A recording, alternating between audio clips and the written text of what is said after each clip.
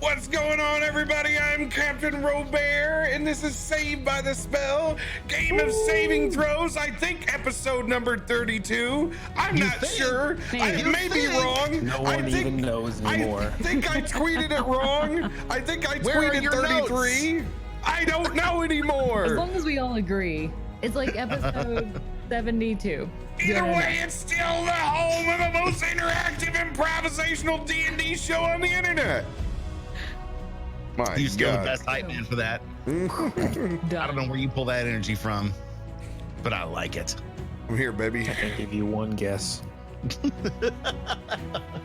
Pure radio farts. That's it. Oh, I guess it's cocaine, but ask and you shall receive. I mean, come on, you want them, I got them for days.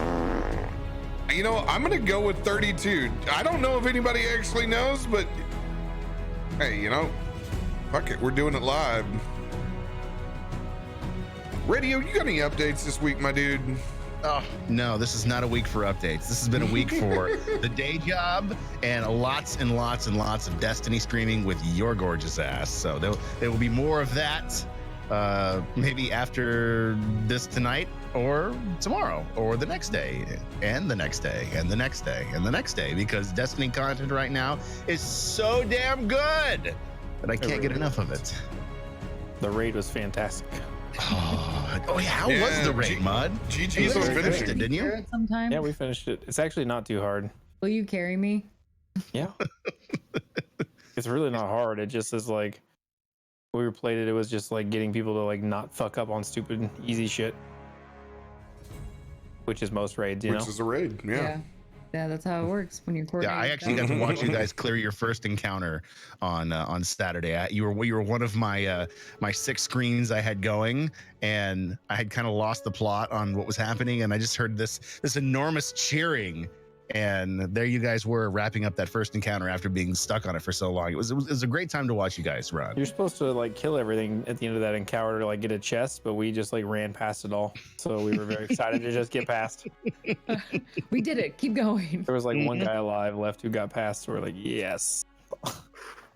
Just run! And you made it. Good on you. RoBear, you can see through my chest. Whoa. Man. Whoa. Trippy. What's that chroma key? You like turning invisible? Nah. It just makes your shirt look like it's made of velvet. Ooh. I'm just What like is Marty this? Is this velvet? Just like Marty McFly. Where's Nord to come and pet it for you? So soft. I love these shows. Where did you get these from? Well, you know, you can actually partially see through on mine too. Ooh. Mine just glimmers. So next week, are we all wearing green? I'm wearing like Let's just fully commit to this, okay? It's kind of green. Floating head D&D. Depends how the light hits it.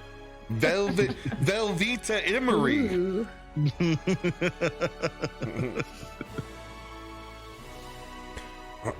So, Winter Queen, aka Queen of the North, aka Caustic Phoenix. Do you have any Thank you. announcements this week?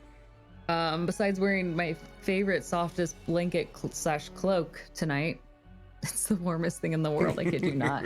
It even has like a button that fastens at the top, so you can wear it as a cloak. But That's dope.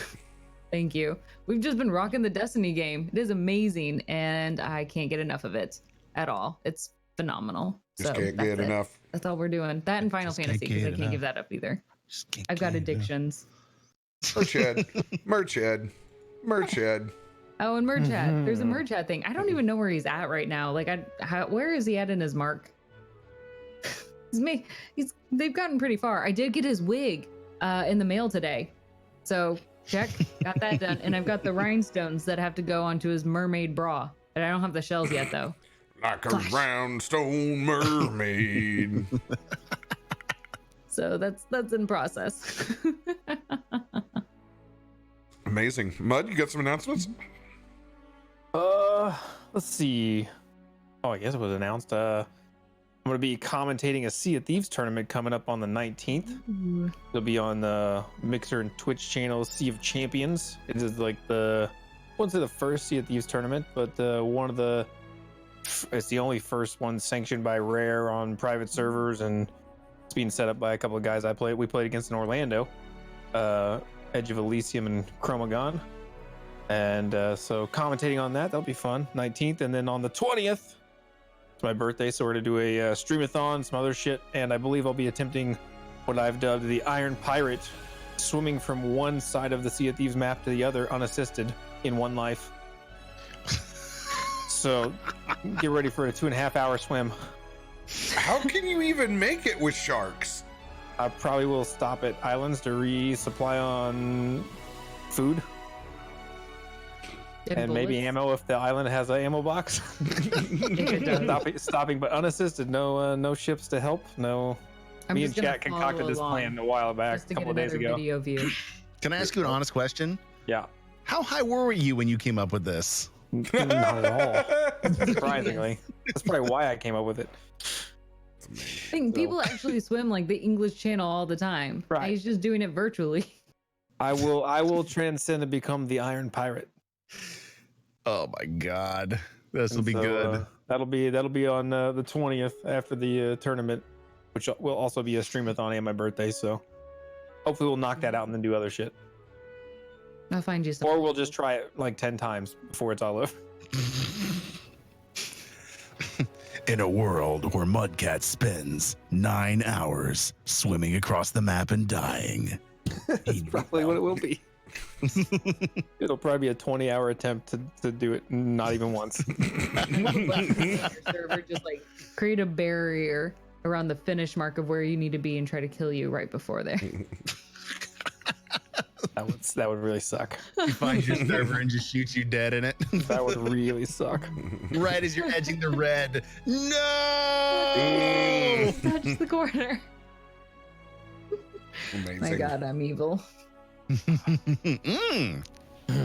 Are you doing another stream loot sale tonight during D&D, Cap? Oh no, I didn't update that timer. Oh my God, I'm so sorry, everybody. Let me delete all of that. Never mind. You didn't see it. It didn't happen. That's for half off of 200% is still 100% of the price. That's for next week. Half off of 200%, guys. Next week gets 50% off on the show. Rats. Yeah. If we all survive, is what you mean? Henry gets a magic item A. If any of us happen to survive somehow this ridiculous fight against give me my magic item, bitch. Yeah, Wednesday got 50% off this week, and then next week, Friday night's game was gonna get that. So, oopsie, sorry about that, guys. Yeah. Big thanks to Roll20 for once again sponsoring us for an entire year. Appreciate you guys. Thank you so much. Just a reminder to everybody, Roll20.net has got a special going on. You can try out dynamic lighting for free from now until the 15th by adding Roll20Con to your game. Roll20Con. Post that bad boy. Fancy. Bam. As far as shit over in our world, I've desperately tried to get a day stream in, but my bar has wrecked every single one of my attempts thus far this week. So, Cardinals playoffs has kind of taken over my life. Who are they? The people who win baseball There's only games. one Missouri baseball team. That's true. And it's the Cardinals. And No, it's the Royals. nope, that's actually Kansas's team. Nope, not true. It's in Missouri. Annexed. It's in Missouri. Kansas isn't a real place. It's just where things go to die. Let's just go for the Red Sox. Ugh. That's a team, right? Yes. Get out of here. I have no dog in this hunt. I've Get never out of had here. a California baseball team since the Angels won the World Series. After that, that's right. I hung my hat and was like, all right, my fandom is done. I'm never gonna achieve this again. No, I mean that's pretty much what mine is like right now. I'm done. I've kind of moved on. I've won twice in my lifetime. That's more than most people do. Mm-hmm. Now I get to be the old wise man and be like, I just hope you get to enjoy it with your family too. It's for real though. I like everybody. I want everybody to go and have that good moment with somebody. If you watch sports, watch it with your dad, your brother in the postseason. It's a really good time. It's worth it. It's worth the god awful expensive ticket. And if you get a win, you get a little sundae on top. Is it the baseball helmet Sunday? Oh, 100%. But if you lose on a Sunday, then you still get the Sunday. Just chocolate malt. Chocolate malt will sound good. As far as announcements over here, I have a lot to talk about, but none of it can really be disclosed on stream. I'm very, very sorry to everyone. There's a lot behind the scenes. My really only thing is my apology on our YouTube. We're gonna get all caught up this weekend. YouTube has been severely lacking, so it'll be caught up with all episodes over the course of this weekend. But like most, almost 99% of you catch up on stream and not through YouTube. But to everybody out in the YouTube audience, I'm sorry. I have been slacking since I got back from TwitchCon, so we're gonna get that all fixed up. Other than that, man, we're gonna just jump right into this sucker. Tell us what happened last week on Saved by the Spell. Death. Also, tell me what my magical item A is. Oh, you got a magic item, eh? Yeah. Mm-hmm. Well, maybe you'll actually live to get it. Trust me, I got plenty of magical items. We're fine. Oh, look, I found this healing potion underneath this ficus. That's convenient. Look, it was just here on the ground. Dude, I don't like using any special things I have. I don't want to use them. I just want you to see a thieves bite into a whole banana or coconut. Like, I'm not against it. This is the sustenance that I need. Just give me a pomegranate. I'll eat it like an apple. Oh, dude. That's not how you eat a pomegranate. Well, it is in Sea of Thieves. You've never eaten a pomegranate. But I've seen people. I pulled one out. I don't think you even know what a pomegranate is. I can put it in pomegranates all the time. Once Children, Once I learned the underwater technique on it, my life was changed forever. Mm-hmm. You're gonna have to tell me about this underwater technique soon. Yeah, you open that bad boy up underneath water, man. It'll change your life. Good to know. Yeah. All right. This thing. So, where the group left off last week, as everyone finally decided on a plan to head in to Dead Stone Cliff, you guys descended upon the mountains and tried your damnedest to sneak in with a distraction of Chikios as a cave bear and Emery as one of the Utgard shamans. Unfortunately, Harshnag blew the coop on you guys as you guys were sneaking, and you were spotted by not only the rock, but you were in between not just one, but 3 stone giants. You guys dispensed of 2 of the berserkers quickly on the battlefield. But you guys still have a very, very long ways to go. Emery, it is going to be your turn. Can everybody what do I do? Can everybody in chat hear the music?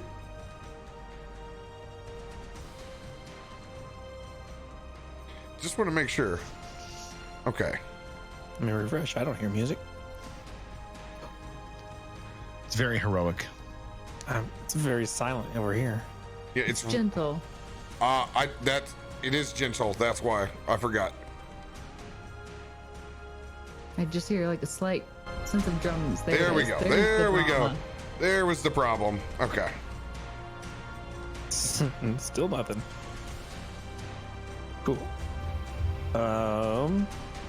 Maybe you have audio routing issues now. I very much did have audio routing issues, so it's not beyond me here. Let's see. What's the move? So what are all these giants doing as of now? They had just begun to form because they're literally breaking out of a trance-like form where they're more mountain than giant. So there is still an entire round before they are actively on the initiative board. And what about what is the rock doing at the moment? The rock actually attacks next. Okay. It's The rock- in my element. The rock has been engaged with the fire elemental. Okay. I'm going to look before I take an action. I'm going to look at Ruby and say, what do I do here? Do I still need to? Should I still go look? We have to get it. We can't leave without it. That's the only reason why we came here. But if I leave, you guys might die. We'll die without it. Where can we go without it? The mission is greater than any of us. You have to do this. And don't fuck it up. I'm gonna change back into this chick here. All right, you're gonna assume the form of that shaman. And I guess I'm gonna continue on with the plan we had earlier and try to GTFO sneak around. Thanks Just for putting sneak all that out. pressure on me, by the way. You're welcome. All right, so we have been ruling that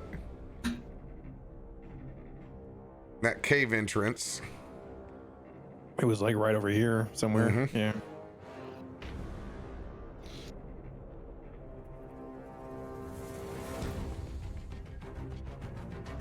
So All I'm right. gonna try to make a make an exit to the cave to look for the conch. The conch. I thought you were pretty close to it. I mean, nobody's seen that yet. Nobody's seen the cave entrance? Is that what you're No, I saying? thought you were referencing the conch, and I was like, no, nobody's seen the conch yet. No, that's what, but that was the mission, was to go find it, right? So I'm gonna continue with that. Hoping maybe I can get it and then we can get out. All right. We came here for a reason, so. And after Ruby's encouragement, that's the mission. All right. I'm bouncing into the cave, dressed like a lady. As you Like a assume badass. full Sorry. bone in your hair, war facial paint, those tribal furs, you descend into the cave by yourself. This will be fine. Yes, you have 30 feet of movement. Yep. All right, you're able to get up to the cave door proper, and you begin to descend inside another 20 feet. Still just trying to get your bearings. Go ahead and roll a perception check.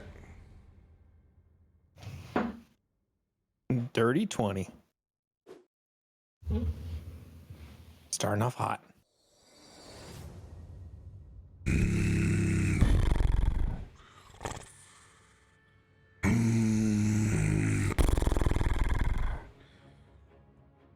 You hear the sounds of many cave bears. They don't necessarily seem like they're in your immediate vicinity, but you can hear them echoing through the halls of this cave. And it is very dark. Do you have dim light? Ooh, let me look. I can't remember what I have here.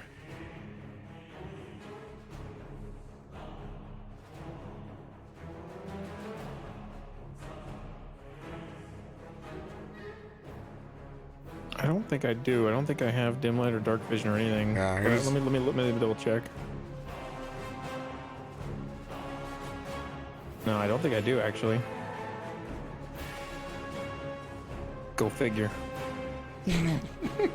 So nice. Thank you guys for the relentless.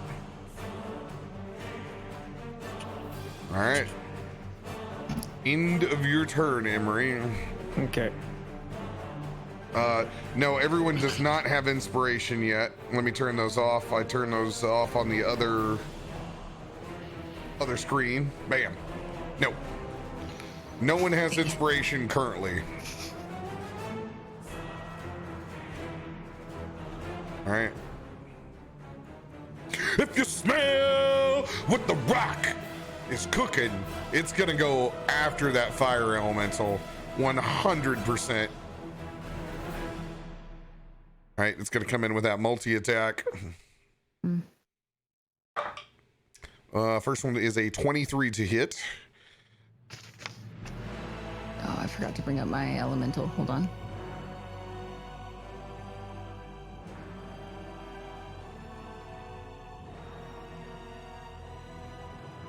What was that? 23? Yeah, that'll hit.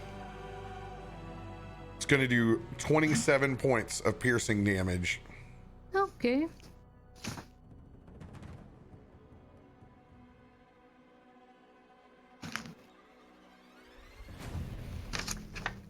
All right. It's gonna go in with its talons. You also had its health written down as well, right? It does 19. Does 19 hit? Yes. All right, that does 23 points of slashing damage.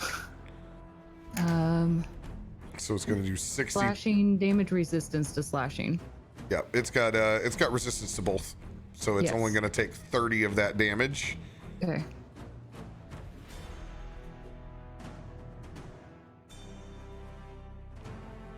History, you have impenetrable.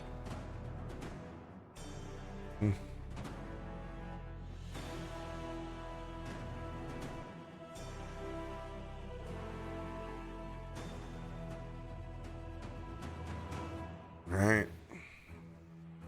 It's going to end that rock's turn. It's going to stay engaged with that your fire elemental. I don't have any plethora of bird noises from Caustic on my damn machine anymore. Those are precious. It's a crow from hell. All right. You and Harshnag down here. Bash Bros for life. A lot of shit is going on. It is your turn. Barbarian is actually, they're all dispensed of, so they're out. Berserkers are out. Yeah, it's you and Harshnag. I'm Harshnag and then Chikios. Yep.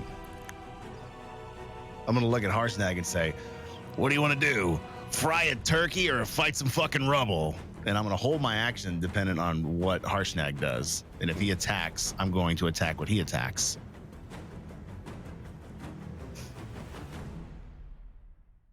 All right. Sweet. So you guys are making me make the strategy call on my own battle. Okay. Yeah. What is it? You guys are making Captain and I yeah, do all- because we're smart. We're smart. What would Harshnag do? What would you do? What would you do? strategic, and he picks his fights carefully.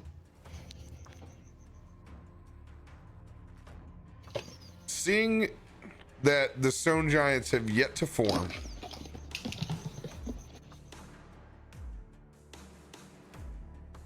I think Harshnag's gonna go in on that fucking rock.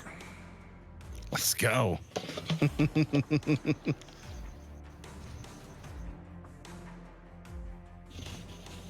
Sister, it's time to fry this bird.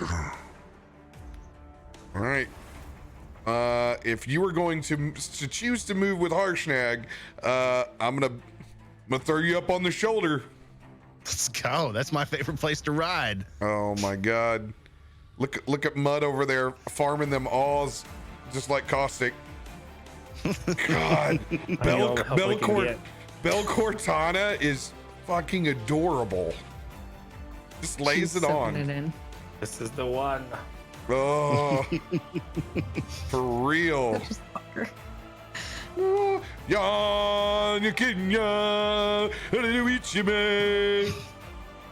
All right. Ruby, you have a magic table A item Oh, coming your way. yes. Thank you. Is Chad making a comment about Chad being in your arms like Bell Cortana? Maybe. I don't know. All right. Would it be so wrong if it was true? What would you do? All right, to the front. All right, buddy, you're going along for the ride. Yeah, let's go. All right, Harshnag. I got 40 feet of big ass movement. Let's see here. Did anybody give me anything? Does Harshnag have anything? No. Harshnag doesn't have like charge or anything. Damn. I do. If it makes a difference. Hey. Might just make a difference. All right. Let's do this. Leroy Jenkins. Lightning bolt, lightning All bolt. right. 10, 20, 30, 40. We can just get up there because I'm a fucking giant. That's So hardcore parkour as I slide up and over the side of this mountain. Emery, you can feel that cave shake and crumble as you feel the weight above you as Harshnag's gonna go in on Bird Boy. Let's roll that beautiful bean footage. Oh God, that's not good. Please. no.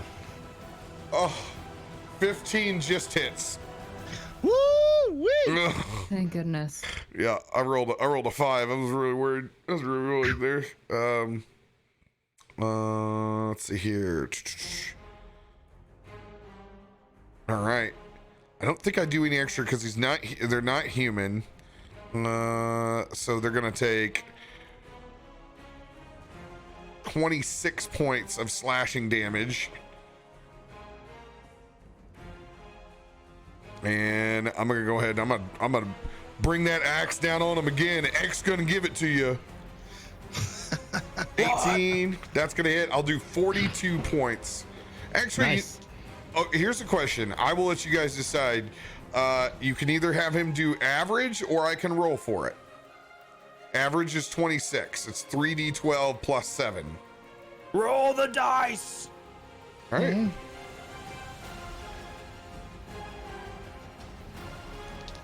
Yeah, and he still is on fire.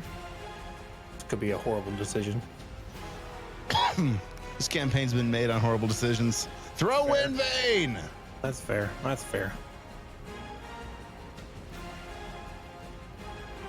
All I mean, right. at least we used it. There we go. That's 27 points of damage on the first. Was that really exactly the average? And then 25.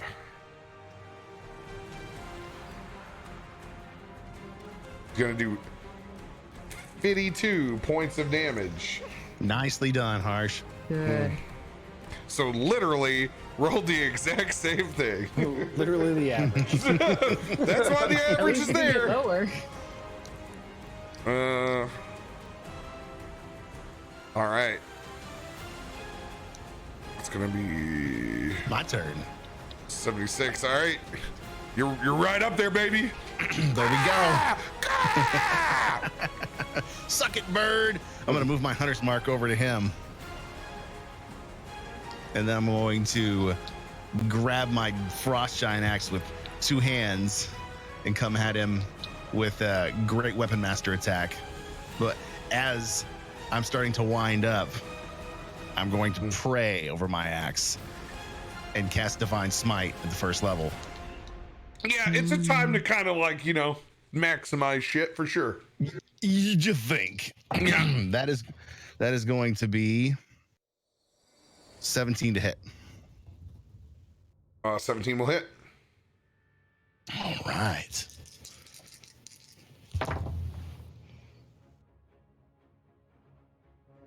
Six, 27.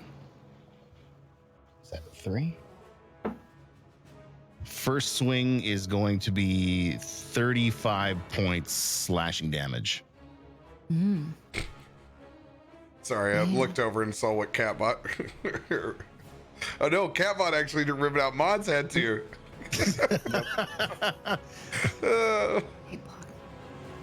Like an idiot. All right, how much damage again? 35 on the first swing. 35 points of damage. Come on. Bring the pain, mister. Bring the pain. Gonna swing back again. Another great weapon master attack with Divine Smite on the first level. This one is going to be. That's minus. Yeah, okay. This one's going to be 18 to hit. 18 hits as well.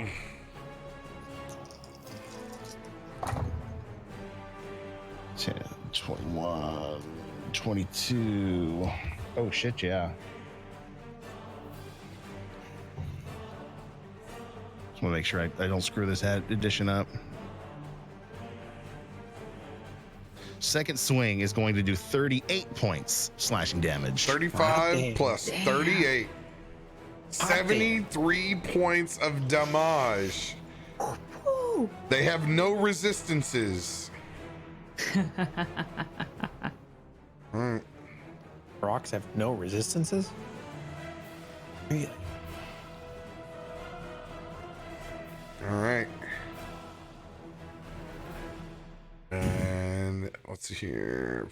Man, it just took significant damage. Damn. Get This him. this is like that in-between phase on Monster Hunter where the fight's not over, but it's definitely looking fucked up. Like when you prematurely cut the tail off of something and you're like, yeah, Kalima! And you're like, oh man, this fight's still got a long ways to go. Now it's gonna pull out all its big moves at this point. All right.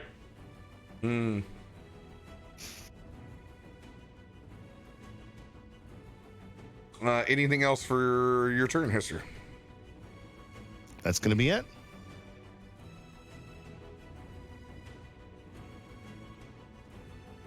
Nicely done. All right. Into both of those. Cheeky baby. All right. Decisions. What was that thing you got earlier? Impenetrable, I believe. Yeah, an impenetrable I can add to my. No, I got relentless. I got impenetrable. You got relentless. Yeah. Relentless allows me to. Player can re-roll their initiative. They must use the new roll.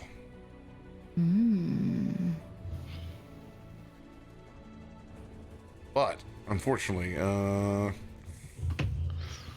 am I at? I'm at 8 right now. I'm gonna stay. I need to stay. I appreciate it, but guys, I need to stay at the end so that I can. It's better for me to kind of be at the back end of the initiative in case I need to heal.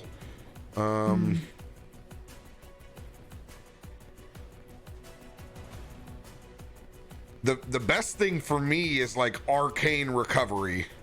If I can get spells back, that's the dopest. Okay. All right. Let's drop a fourth. I've seen you guys fuck this bird up. I think I'm gonna go in. I think I'm gonna go in for a blight.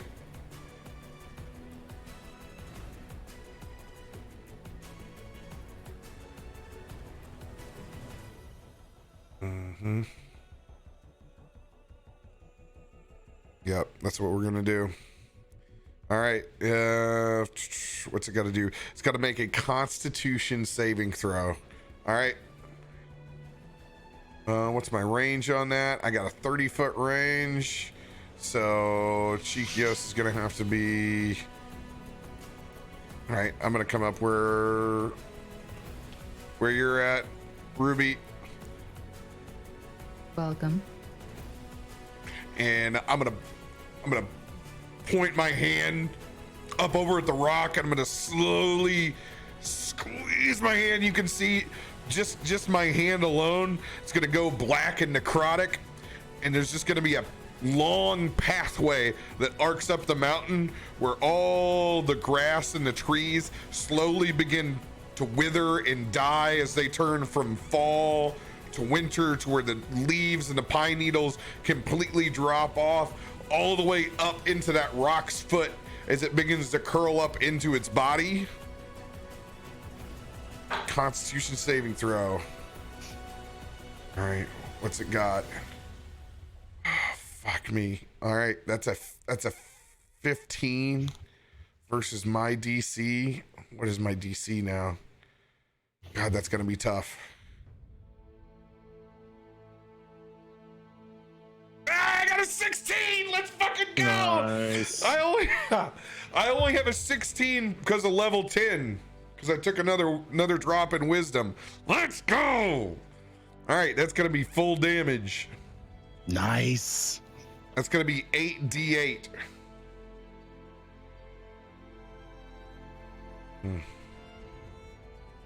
One, 2, 3, 4, 5, 6, 7, 8. Roll those bad boys. All right. I'm going to do 35 points of necrotic damage. All right. Booyah.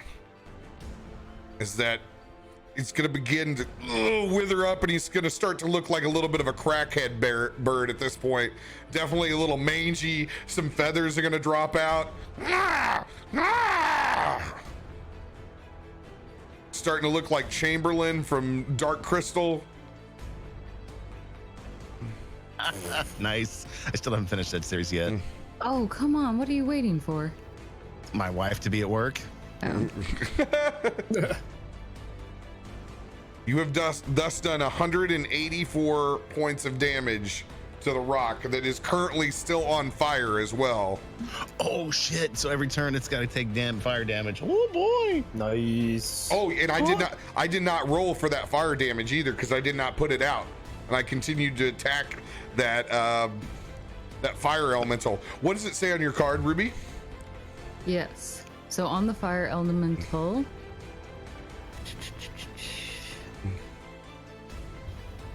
until a creature takes an action to douse the fire, the target takes 5. Wait, no. Well, it says 5 1d10 fire damage. So 1d10, a 1d10. This is that weird math thing. It takes. Where I think 5 is the average. yeah, 5 is the average. 5 is then. the average. Okay. Yeah. Cool. I will. That's right. That's what that means is average. All right. For 100. me, it reads multiplication when it's outside of parentheses. Yes. That's how math works. Those are how equations work. You can't just All right. break the rules of math. Or are you breaking the rules of parentheses? No, those are no. That's not. All right. Ruby. Yes. Ruby, finish Okay. this bud before these giants rise up from the mountains. Well, that's easy to say. It's not like it's a tiny bird that I could just crack its neck. Okay, I am going to try something new. Get it, girl. I have Steel Wind Strike. And I am going to cast it on the rock.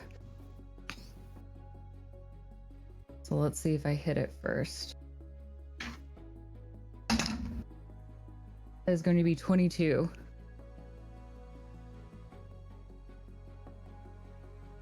.2 hits. Okay. All right. I do a melee spell attack against a target within range. On a hit, a target takes 6d10 force damage. Did you say 6d10? Yes.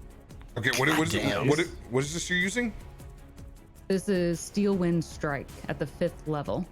Steel Wind Strike. Okay, so you got to get. You're moving up. You're running up that mountain. Mm-hmm. All right, it'll take all your movement to get up the Well, side of that rock face. It has a range of 60 feet. Remember, we're also dealing with a terrain that goes up. Yeah. Well, so if I have to get closer, but I also know Steel Wind Strike is what. Yes. It's one of my magical secrets. Okay.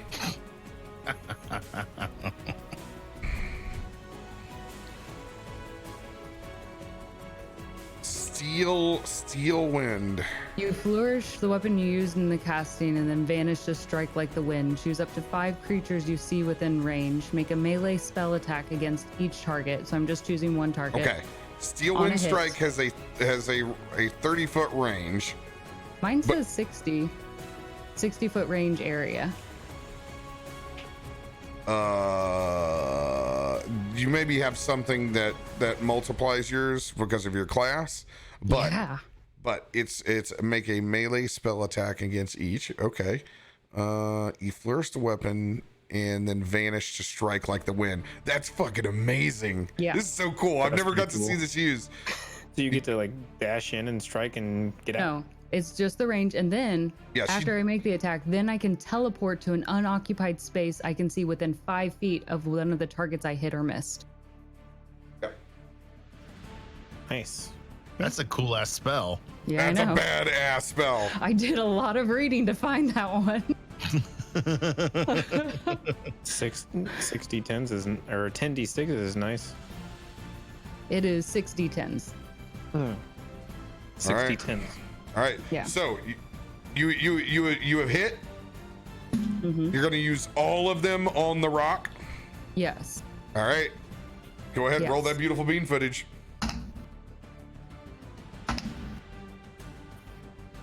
Yeah, the 10d6, I was like, what?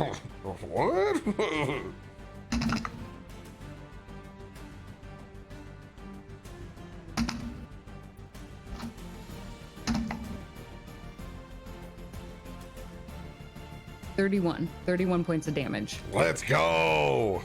That's big for me. Yeah, this is like we both realized we're like, man, we gotta compensate for having fucking Nighty out. All right, let's go. It is, that rock has taken. It is on death's door already. Mother effer. And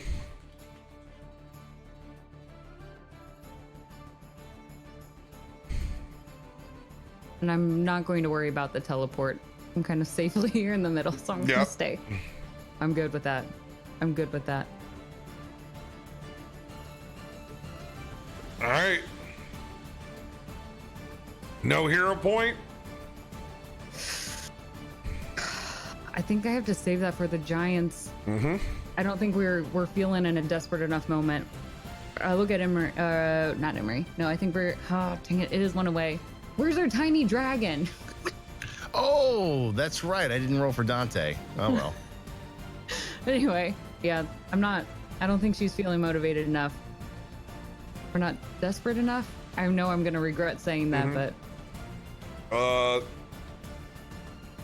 if you guys want, you want to put Dante Alfonso in? yes. Oh, All right. Poor little bird. As long as we kill the bird fast, because that would be the biggest threat to Dante. Don't you control the elemental too, or is that dead now? No, the elemental's still alive, but it's not the elemental's turn. Oh no, the elemental is my turn. Is your It turn. is your turn. Yeah, both your same turn. That's right. Let's do this, fella. Friggin' elemental time. God, set shit aflame. Kill fucking everything. Jesus Christ, Dante's sheet is fucking ridiculous already. Uh-huh. All right. Perfect. All right. What would you All like right. your elemental to do? Let's burn this bird. All right, we're gonna do the basic touch on that one. Set this thing afire. And the elemental makes 2 touch attacks. So I'm gonna roll to hit. That's gonna be 19 on the first one. 13 on the second. 13 does not hit. Dang it. All right, so only one of those. Do you want me to roll the 2d6 plus 3, or do you want to take the average? You can choose to do whatever you like.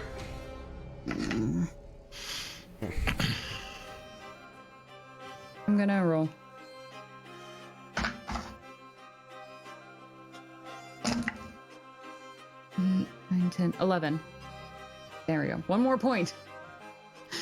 Good. So that's gonna be 11 points of damage. 11 points of damage. And that bird's still on fire. All right. Looking rough. Looking very, very on death's door. All right. So I will let you do Dante Alfonso's turn on Histers. So we'll use this as a held action. Dante Alfonso, as a red dragon wormling, is of medium size, has an armor class of 17, has 75 hit points. He can fly 30 feet. He has blind sight, dark vision, and immunity to fire. He can use a bite attack or his fire breath. Is it bite and claw or just flame? No, he just has his bite. He doesn't have not a big boy yet. I'm gonna have to listen to this and write all that down again later. Well, he's got the card. I got the card. I'll post you the card right now. Yeah, the card has changed since the last time that I used it. Okay. Yeah, he's a wormling now. Yeah, so it's 9 to hit for him. Or no, it's 6. It's plus 6 to hit for him. His average damage is 9 on his bite. If they fail a dexterity saving throw, they're taking 24 points of fire damage, or half on the save. Dang. So, Yeah. What do you guys think? Breath weapon? Since I mean, he's a pissed off little. He's a fiery little dragon. I'm thinking Yeah. breath weapon. He's got a little attitude. Yeah, he's a little teenage dragon shitling, and he wants to get in on the fun too, and he's gonna come in with his breath weapon. Mm-hmm. You want me to roll on it? roll for him. Yeah. All right, rock. Oh no, you don't. Rock. You don't roll. It's the rock has to roll. He's got to make a dexterity saving throw of 13 or higher. All right. Otherwise, it's taking half. Wow. Oh, okay. Dexterity saving throw. It's a +4 on this bad boy. I'm gonna public roll it. See what Dante does. Dante gets action surge. Oh. Dante gets an action surge. It's Nice. six and 4. That's 10. So it's under. 10. He It's takes a full fail. damage. It's a fail. Hey, remember that. Write that down, history. He's got an action surge. That's great. I got to add another symbol on my chart. Yep.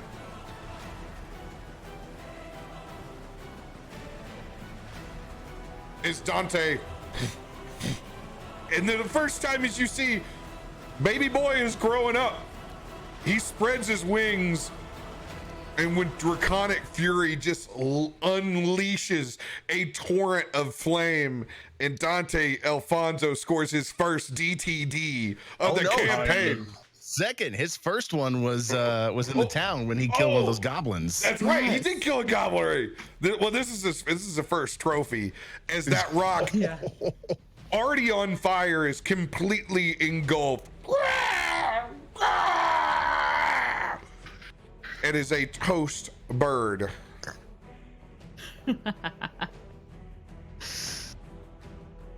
Wow. Beautiful. Dante clutching it. All right. And Ruby, technically at the top of the order, these stone giants are unfolding from their location. Oh, wow. I rolled a 4 and a 2. Solid. Literally, they're stone. They're solid.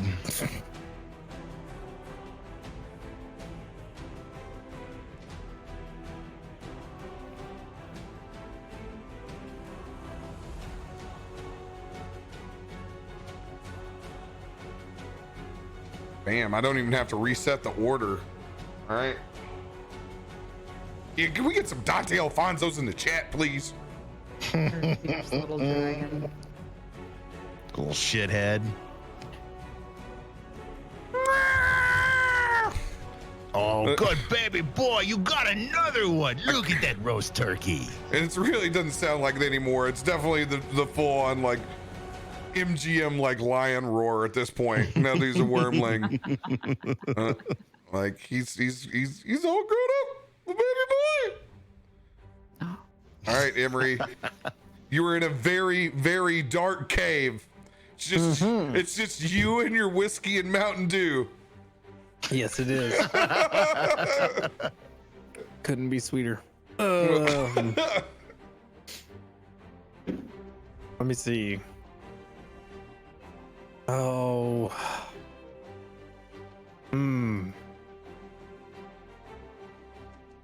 All right, so is there any light in this cave at all?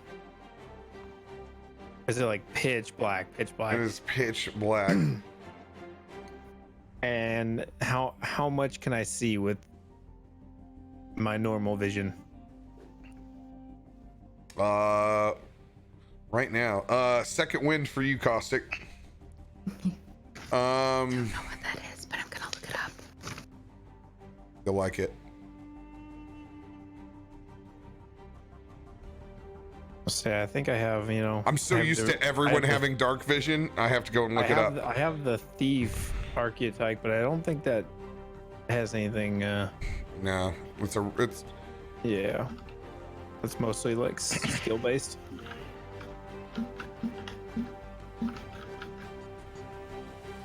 okay. In darkness, you're heavily obscured. Characters,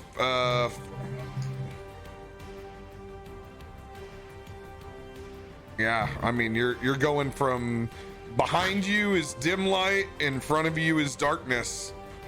It's heavily obscured, man. Do you have like some sort of light in your satchel or something? Can I get any sort of sense of how big the cave is, or from just my general like walking in and like just from hearing the echoes, it sounds pretty big. A blinded creature can't see, automatically fails any ability check that requires sight. Attack rolls against the creature have advantage, and the creature's attack rolls have disadvantage. So I'm going to here might be the stupid move of all stupid moves. I'm gonna pull out one of those Daedric swords and light that fucker up. Let's go, baby. Truly a Skyrim moment. Light them up to a cave full of enemies, probably. All right. So yeah, I'm just lighting them up, and then I'm gonna see what I can see. Just kind of perceive. In the first chamber, you see nothing but bones. It's promising. Nothing but crushed bones and carcasses. It looks like Ghost in the Darkness when you enter this fucking cave. And you are Val Kilmer. Perfect. That's life goals already achieved then. As long as I'm Batman Val Kilmer. The chamber does go further on into the back, This is where you could hear the noises of cave bears. I need you to roll another perception check. 15. You can hear massive amounts of movement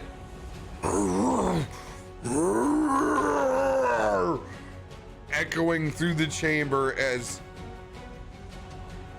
multiple feet are barreling your way.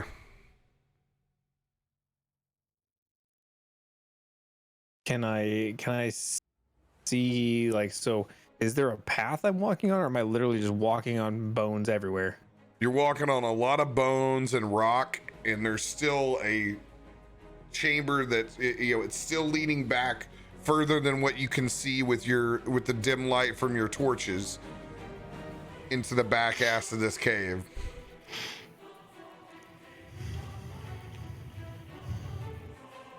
And I can hear footsteps coming towards me. You hear Like large presence, because that whole cave was shook from the weight of that battle up on top of it.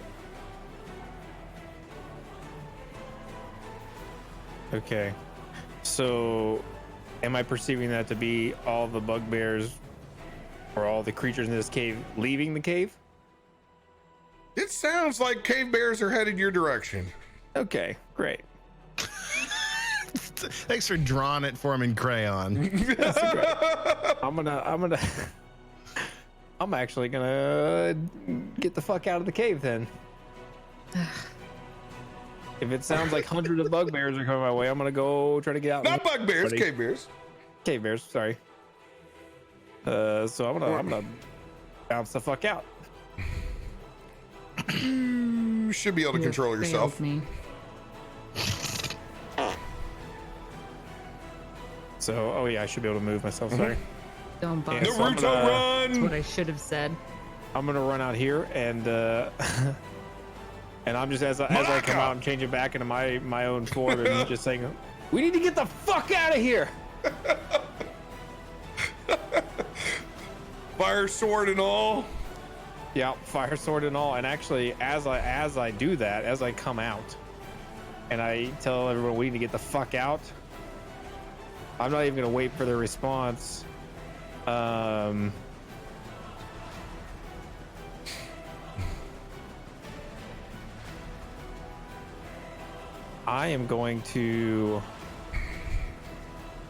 gonna use one of these magic items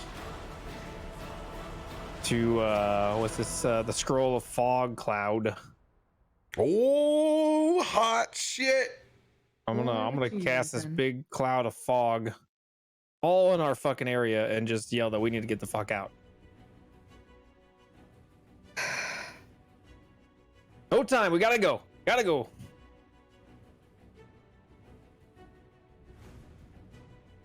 So I've cast a fog. I think it's 120 feet.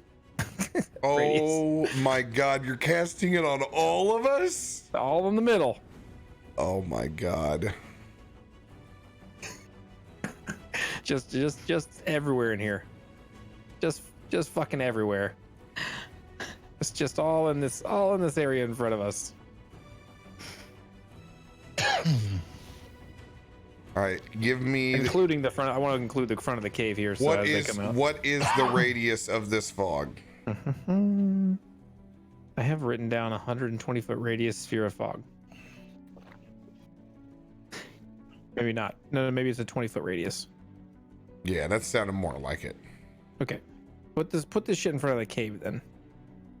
I want to obscure the exit of all these guys behind me. Yeah. So it should be 40 feet across. Okay, so I gotta.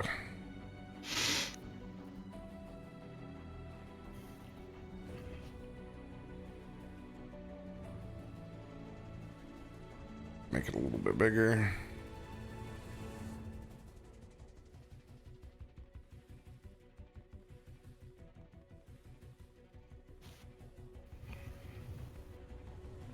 All right, so if you're placing it over the cave, getting this. Throwing it behind me. I am. All right. So, fog. And I'm running past Ruby, just not even stopping, just running across the battlefield. Just saying, get the fuck out. Opaque fog. So everything in this is blinded. Okay. So currently, Chikios, Ruby. Great. Surprisingly, Hister, you're right outside of it. Harshnag's outside of it. We're up though. Wait, we're completely blind? To be fair, I'm throwing it behind me as I'm running past them to tell them. I mean, So they know which way I'm running. yeah. I mean, we're right on the edge, so like we can move it right there. Like you want it to land right there to where no. Yeah. Okay, That's fine. perfect. I wanted to obscure the guys coming out of the cave. Okay. There for a second, I thought you were like, fuck it, I'm casting it right here in the middle of everybody else. Okay. Screw everyone else. All right. Bam. Emery's true colors are And then coming I out. cast ice knife at all my friends. You son of a bitch. Anything else for your turn? Nope, just the general hysteria and fog casting. All right. Hister, it is your turn. After watching Baby Boy grab another kill, I'm gonna climb up on Harshnag, look at him and go, all right, we killed the turkey. Now which one of these fucking stones do you want to kill first? I like that one over there. And I'm gonna point to the one that's away from the cloud. Would be this one right here. Mm-hmm. And then hold my attack action if he attacks and takes us that direction. All right. Swing axes first and ask questions later, Histar. All right. 5, 10, 15, 20. Going along for that Harshnag ride. It's the best way to get around. All right, go ahead and roll your attack first. As you can see, this large stone giant has unfolded from the side of the mountain, and you can see where it once laid, formed into it, pulling itself out. It is massive.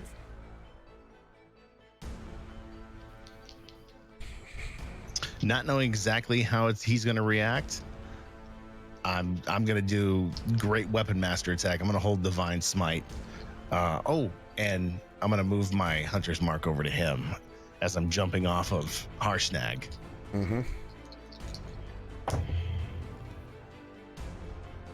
That is going to be a 19 to hit.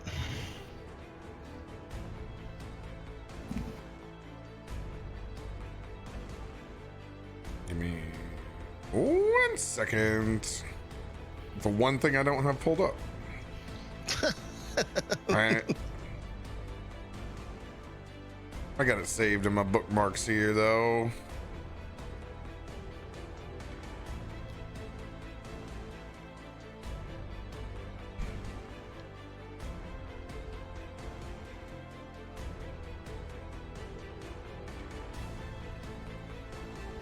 All right, you said 19?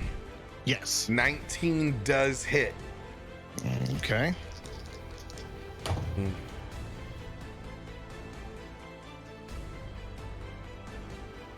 First strike is going to be 23 points slashing damage.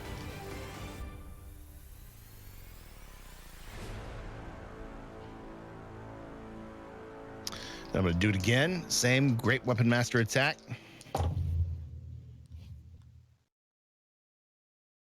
$21 to hit. That'll hit.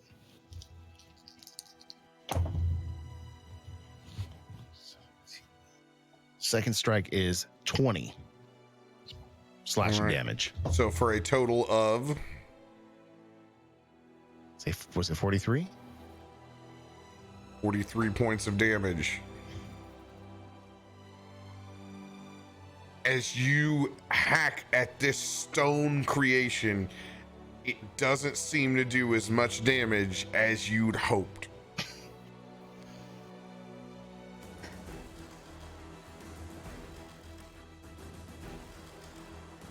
As you try to carve into its very, very sturdy body. And for Dante Alfonso, he's going to try and use his breath weapon again. All right, you're going to need to roll a d6.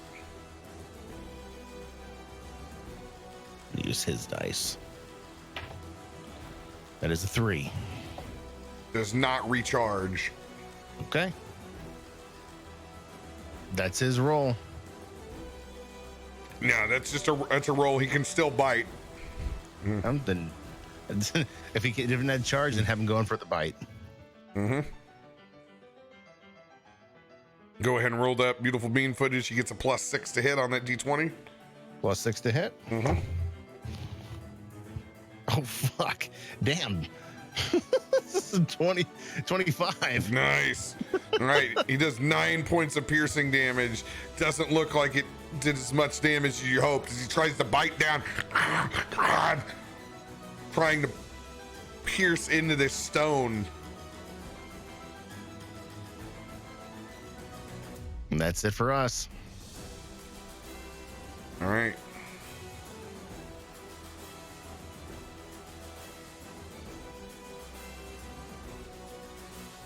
Harshnag is going to come in with his big axe.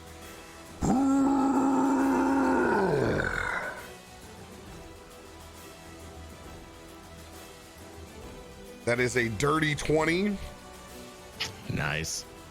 He's going to do 26 points of slashing damage. Oh, let's go. That's a fucking 30. Dirty 30. Take it. Another 26 points.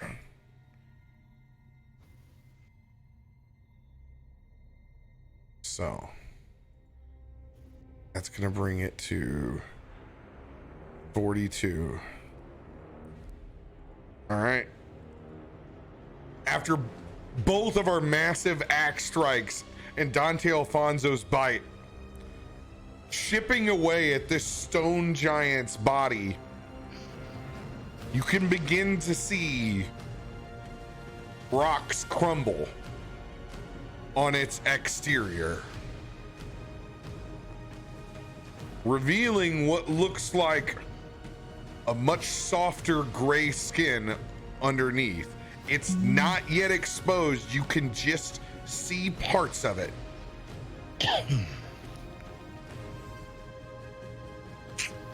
That'll be the end of our turns.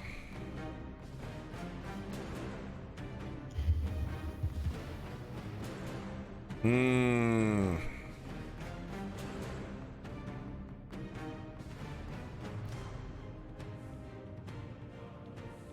right.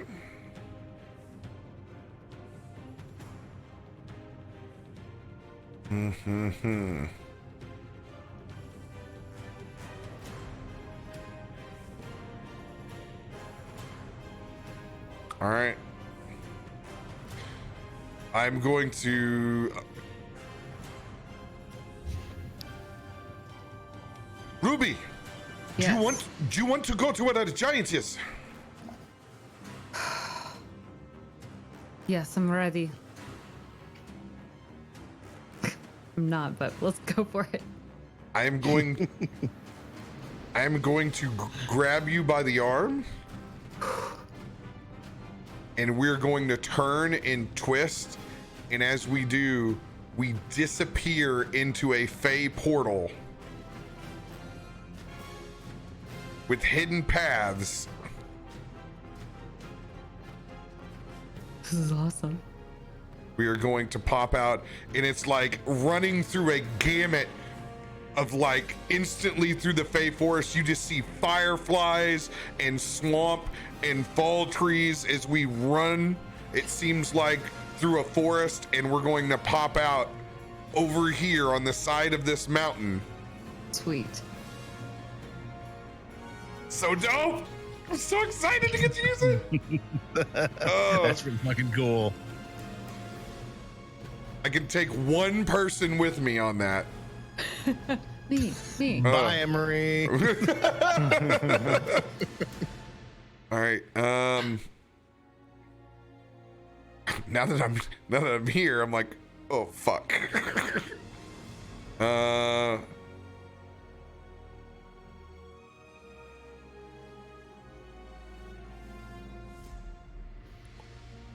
Let's see. Is that my bonus action to do hidden paths? Bonus action. Okay. Do I have any kind of buff? Nobody's taken any kind of damage yet. At least currently.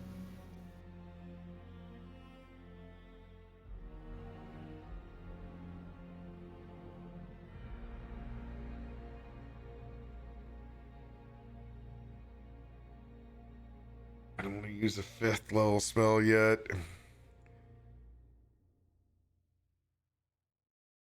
A 4. Oh, okay. You know what I'm going to do? I know what I'm going to do.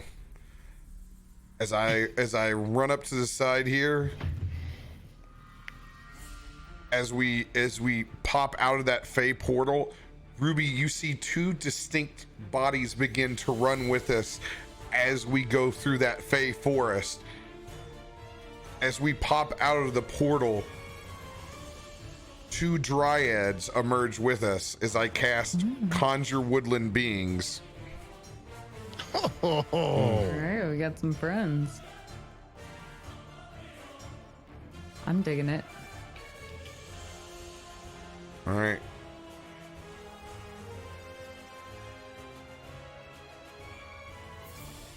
Boom. Nice. Are you gonna give them names? Ooh, I definitely should. Mm-hmm.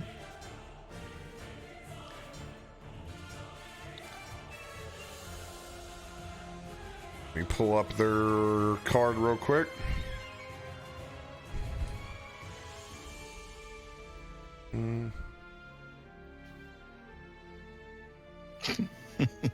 Call one Cheeky and one Java.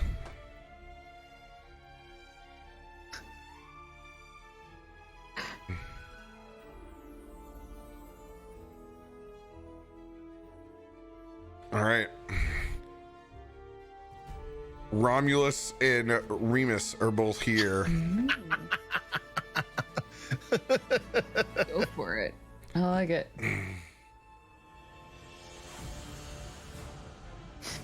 All right, Dryad card is up.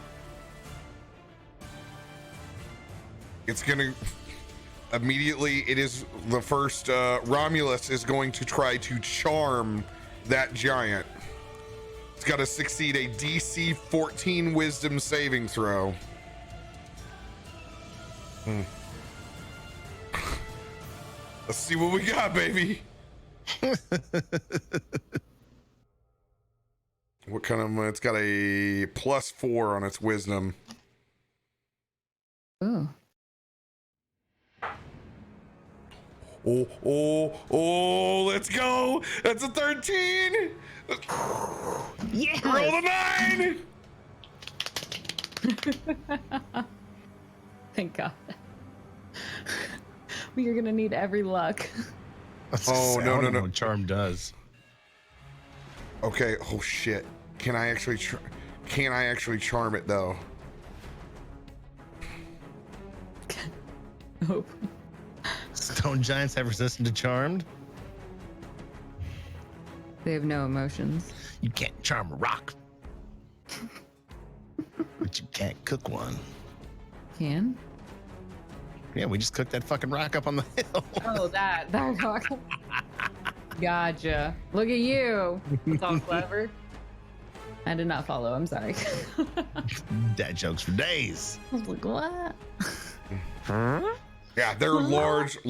Okay, their giants are still humanoid. I was gonna say, I just want to double check, dude. That giant is charmed. The creature regards the dryad as a trusted friend to be heeded and protected. Although the target isn't under the dryad's control, it takes dryad's requests or actions in the most favorable way it can. Each time the dryad or its allies do anything harmful to the target, it can repeat the saving throw, ending the effect on itself on a success. Otherwise, the effect lasts 24 hours or until the dryad dies. Whoa. That's Okay. impressive. Okay, Gotta protect that dryad for all it's worth. so it's charmed. It's probably not going to hurt its other giants, but we might be able to use it as a shield. Okay. But every time that thing gets hit, it's going to be making its wisdom saving throw. So we're going to have to figure out how to use it wisely. It all depends. It's going to require persuasion roll. Like, it's all the charisma based stuff that you think is a dump stat until you need it for something like this. That was my charisma. Oh. Let's put on the charm then. All right. And that's dope, because that's the stone giant's turn. Oh, okay. That was Romulus. Remus. Just gonna stand there and give him a hand heart. Bay fucking charm. Let's go.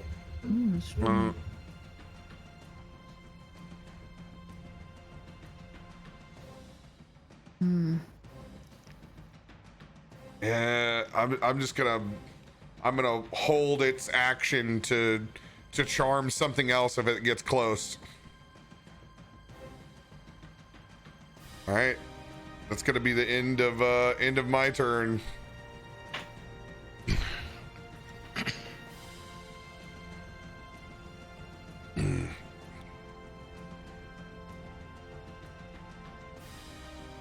This is very interesting. I have no idea what to do now.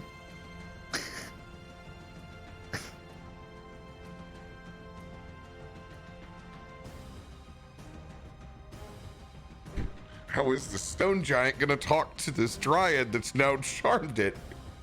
After it's been beaten, cut by 2 axes.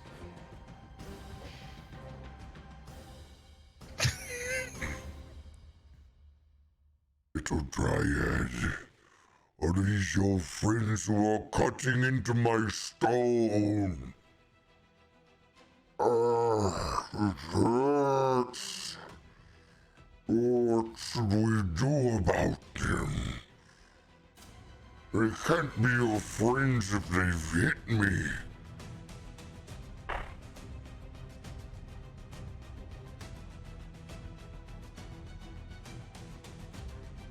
What do you obviously you guys want this to be as favorable as possible. When you say like you scared them. It was a reaction. I want him to go sit on the bugbear cave. They were so Excuse me, the sorry. cave bear cave. Ooh, that's a good idea. That'll be my suggestion. Okay. I mean, would you know that though? Shh, shut up. All I know is you ran out of that hole throwing smoke behind you. So whatever the fuck is coming out of it, I want to plug it.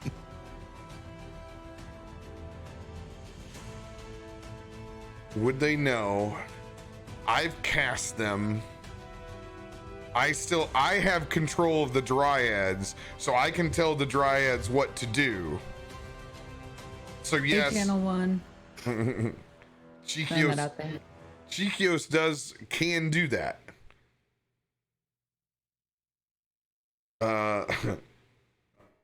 So Chikios, Chikios is gonna be like, Romulus, tell him to go into the to go to the fog cloud. Go to the cave. Block the cave. And we don't hear it because it's going to be a conversation of telepathy, I believe.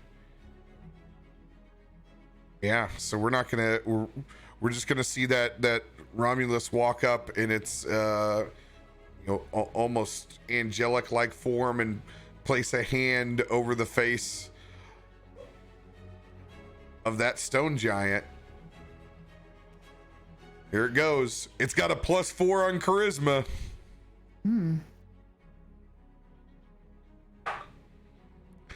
Dirty 20, baby. Hey, Oh, get him. Nice. All right. Like us. Please like us. I'm gonna run that against its that stone giant's insight with disadvantage. Oh yeah, that's an 8. It's done.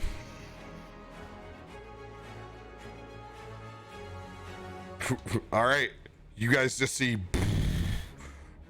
5, 10, 15, 20, 25, 30, 40. Emery, you see that giant coming past you, not even paying any attention to you, as it begins to run across this mountainside.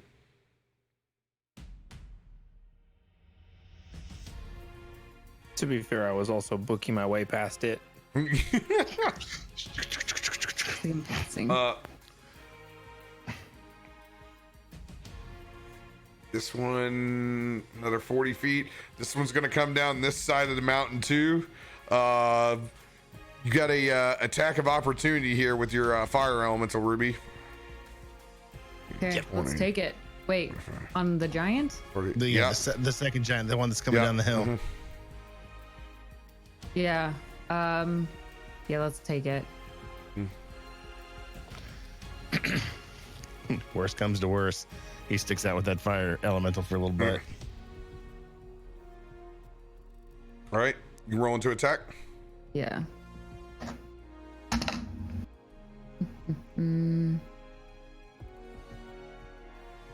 That is going to be a 15. 15 will not hit. Okay. Let me try. It totally ignores the small fire elemental as it walks past. Just kind of gives it the fuck face. I tried.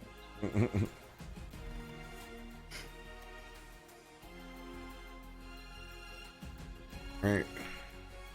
And it's gonna look very, very perplexed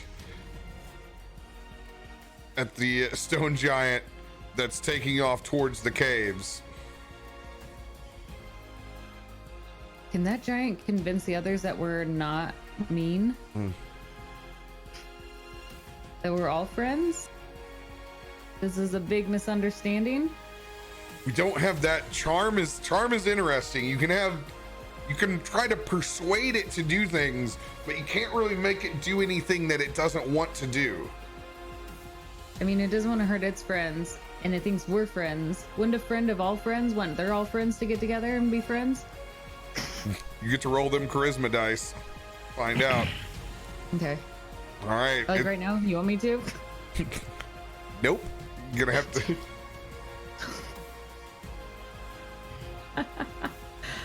All right. A girl can dream. It's gonna be the end of. Actually, no, it's not gonna be the end of his turn. How much distance do we have here? Harshnag's within 40 feet. Oh yeah. Oh yeah. Totally. That other giant is going to come down with a massive boulder and is going to chuck it over at Harshnag's way. As that boulder is going to go, man, hot. Harshnag's got to make a dexterity saving throw. Not my forte. That's a -1. Oh, jeez. That's a 14. I'm gonna take 22 points of bludgeoning damage, and oh god, radio. Oh What? no, we're going down, buddy. We're going down. I am knocked prone, dude. I'm getting Oh, donkey shit. punched by this thing. As I go down, we begin to slide down the edge of this mountain. Well, I'm already off of Harshnag. Okay. I jumped off to attack. All right. We're gonna put you guys here then. As Harshnag. Oh, you son of a bitch! Oh. Harshnag is currently prone.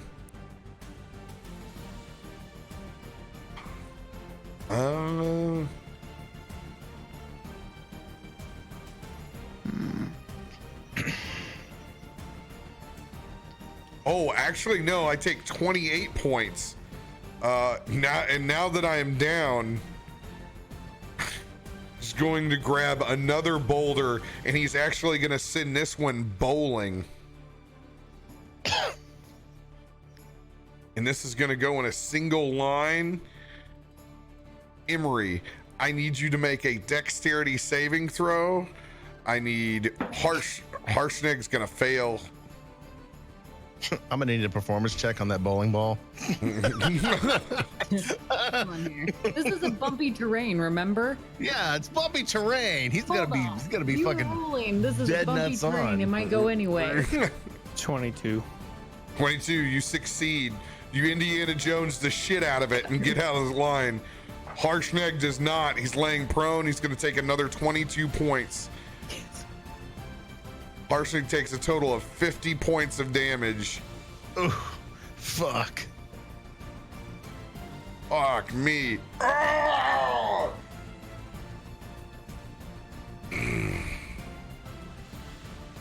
That's going to be the end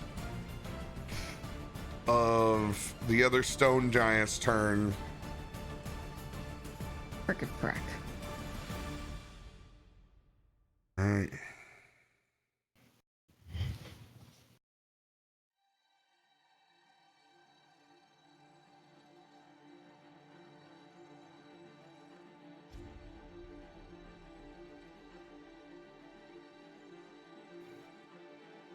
How dare you come into the Deadstone Clefts and burn our rock and come seeking your human flesh filth in this area?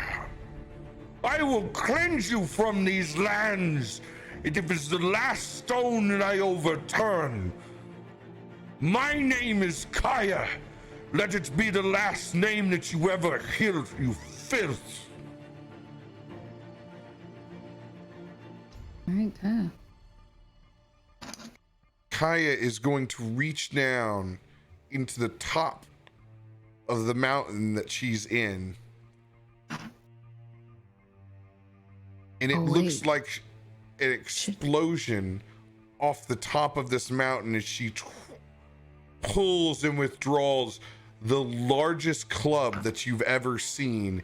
It's literally an entire piece of a mountain that she's pulling up into her hands. Yeah. Caius was the one we weren't supposed to. We didn't want to meet.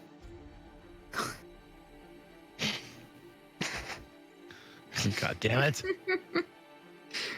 Ah.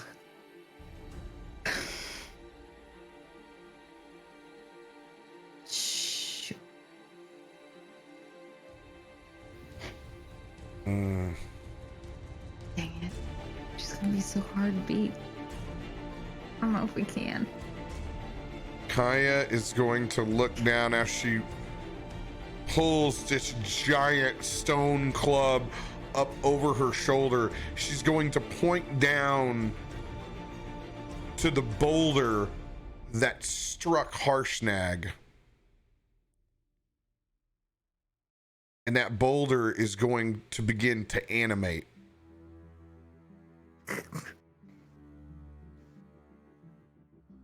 And unfold itself into a stone golem.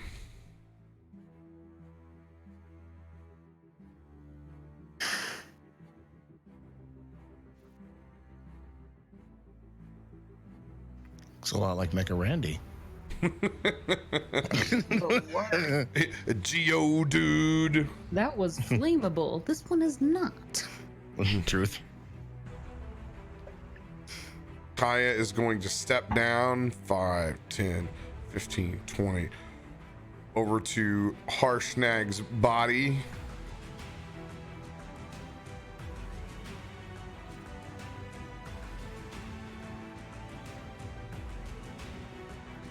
All right, that's going to be her turn. Oh, actually, no, it's not. I get one attack with that. Do I animate golem? Once during.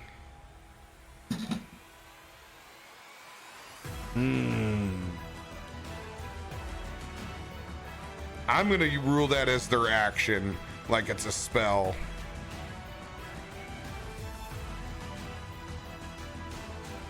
All right.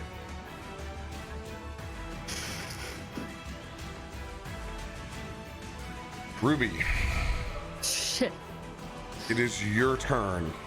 Oh, frick. Frack. I didn't realize you'd be pulling Caius out. I don't know, other than she'll destroy the world. That's all I wrote next to her name.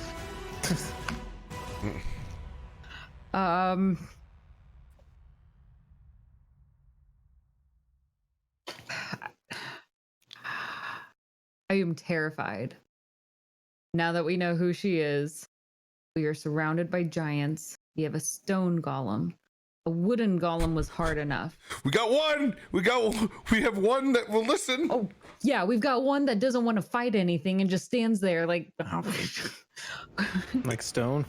yes, like stone. Its butt is headed over for that cave, though. Yeah, but he's not helping us. Like he's like neutral. He's not in the way. He's gonna help us if his ass plugs that hole and we don't have to fight fucking cave bears in addition to all this shit. We're gonna have to fight two others, one of them being Caius, and that one's going to roll every single time because it's going to hate that we're fighting its friends.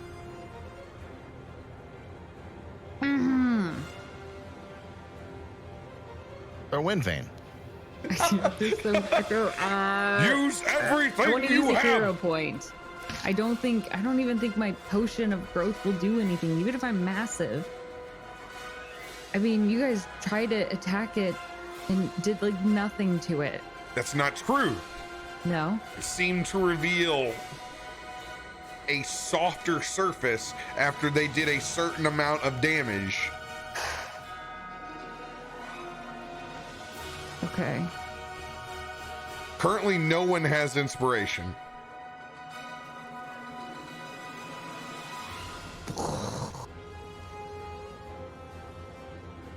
Oh, right.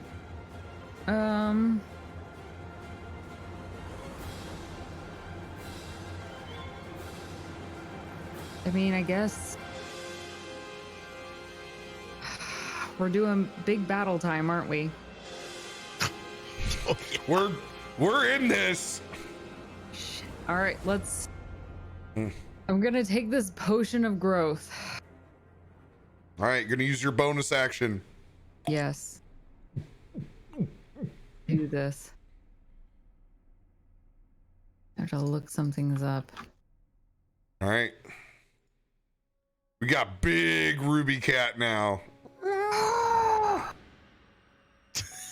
I'm a monster. Goddamn beautiful monster. You goddamn beautiful monster. Goddamn beautiful monster.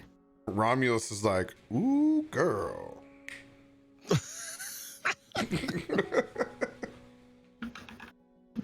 With my giant tree leg. Stumpy. No, What let's size is not she call now? me Stumpy. Oh, let's. let's not. What size is she now? She went from medium to large. Yeah, I'm a Okay. large. She's a big truck driver. Okay. And I gain Guardian of Nature spell. I need to look what that up is. Guardian of Nature is when your tree roots come out, you become all badass and shit.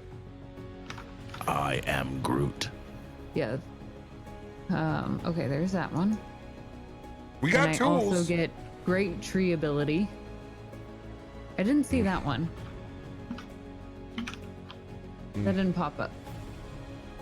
Great trees ability? Maybe that one. It's No. in that specific spell. Oh, okay, it's within that one. Okay. I get plus 10 hit points. Let me adjust that then. In addition to the other hit points that we had, the other temporary ones. Okay. What do we have, like 17? Dex and Wisdom 13. with advantage on those attack rolls. Constitution saving throws, I have advantage. Radius, okay. All right. Okay. Cool. We're ready for this. All right. As you pop Guardian of Nature, assume your full awesome tree feral form as your skin becomes bark covered and leaves sprout from your hair. You have the ground around you is difficult terrain, as you can see roots piling up and twisting. What would you like to do?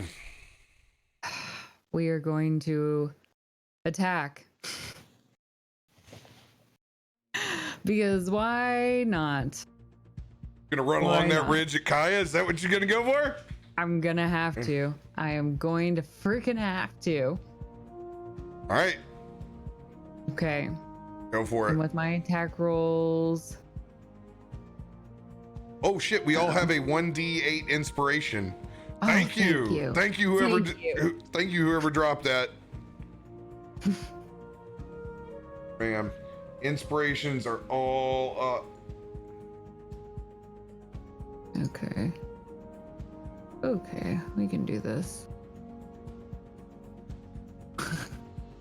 Am I nervous? Yes. I don't know if I just go big right now from the get-go. I hate having to be the first one up on this.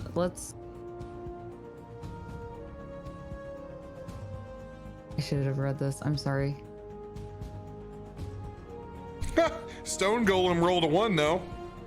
Hey, yo. That's perfect. Thank God. Okay. So all my other attacks, though, stay kind of the same. So we're good on that. I don't have to worry. All right then. Let's go ahead and do our straight up attacks, and we are going to do Transform into the Lorax. yeah, basically.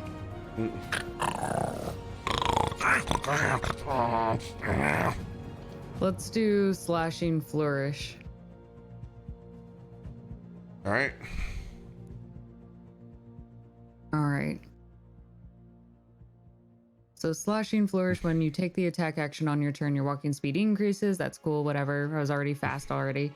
If a weapon attack hits, you can expend one of my bardic inspirations to extra damage on top of that. So I should be able to do my 2 attacks anyway, and then one of those is my bardic inspiration if I land that one. All right. You moving up next to it? Yeah. Go for it. Hister has brutal critical. All right. That first one is going to be a 26 to hit. All right. I moved you right up there. Is that where you want to be? Yes. All right. 26 does hit. Thank you. Thank you. All right, let's roll for that damage. All right, thank God. That's going to be 12 points of damage. And since that hit, I also get to add one of my bardic inspiration die to that. As it hits, it doesn't do as much damage as you'd hope. I figured. That's what I was afraid of. That's not a surprise. All right. And we're going to add additional 6 points for that for my bardic inspiration. All right. And then now I get my second action. By the way, Hister and Emery, after both of your turns, we're going to go and take our first break and refill. All right.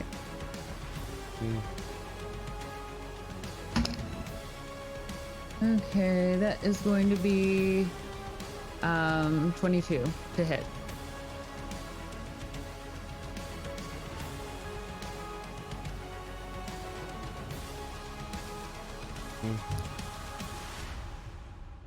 All right, 22 will hit. Okay, that is going to be 8 points of damage.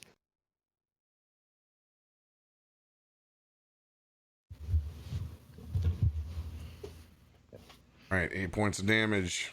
Mm-hmm. All right.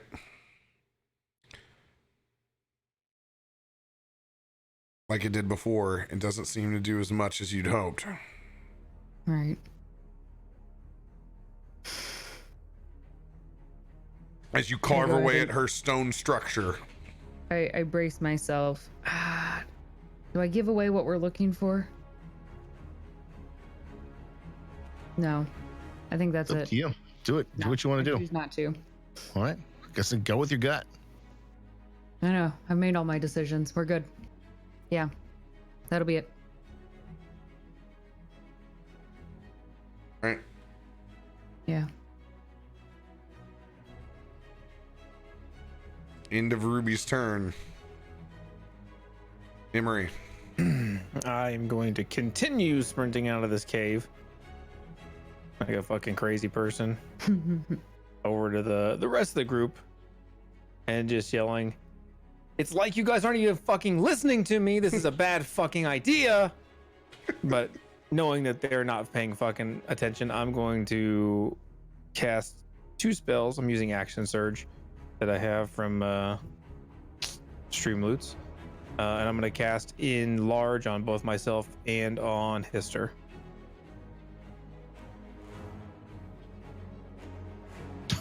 Just made big me. Yeah, so we have doubled in size. You get a 1d4 plus 1d4 to all your melee attacks. Oh God. Let me see if there's anything else. You weigh 8 times as much.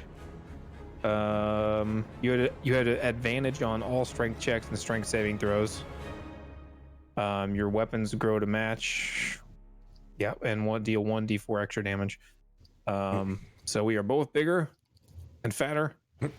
and then I'm also, I'm going to grouping up. I'm pulling out my second sword and using my bonus action to cast Shadow Blade on one of those blades. And so instead of the red orange fire, it's gonna glow with that dark blackish purple. Badass. And that's my turn. Wow. Call me a big boy, baby. Hister, now all swole up. Swole Hister. He's gonna see his friend slid down the hill, laying prone, and he's going to run down and help him get to his feet. Well, that's a bonus action, don't care, getting Harshnag on his feet. Tell me when I need to roll. You're gonna try to pull Harshnag up? Yep. I mean, it's his turn next turn, so I mean he can just stand up. Yeah, but he can't swing. Yeah, he can. Can he? He just has half movement. He's got half movement. Okay. I didn't want to leave him down on his face. That's not Hister. If he's going to be able to get up, then I'm gonna take it to Caius. Like a pissed off swole dragonborn.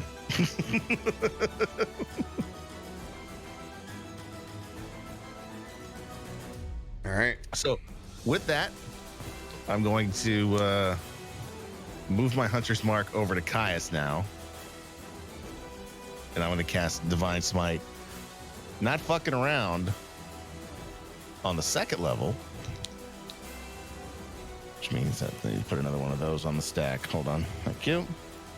If I hit. With a Great Weapon Master attack. This will be a 21 to hit. 21 will hit. Are there any resistances that I need to be aware of? Because this will include radiant damage. Nope, it does not have resistance to radiant damage. Okay.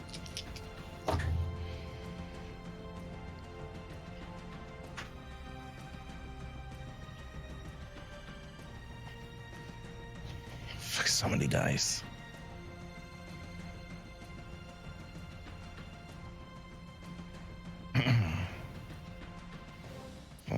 Two, 7, 6, 5. First swing is going to do 46 points of damage. Oh, damn.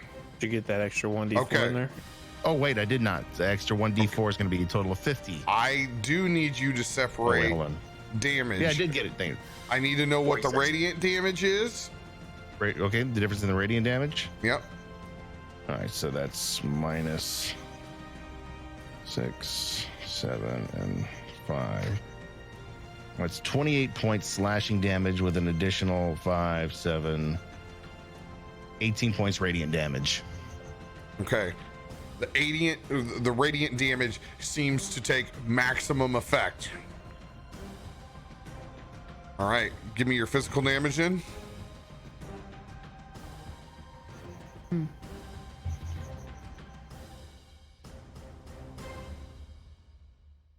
Say 20, was it 26 or 28? I don't remember. Shit. It's 26. All right, 26. So 13.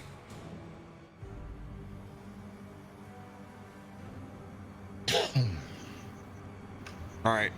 By the way, history, you're going to need to move up next to Caius. That's right, I have control of my own little thing. Yep.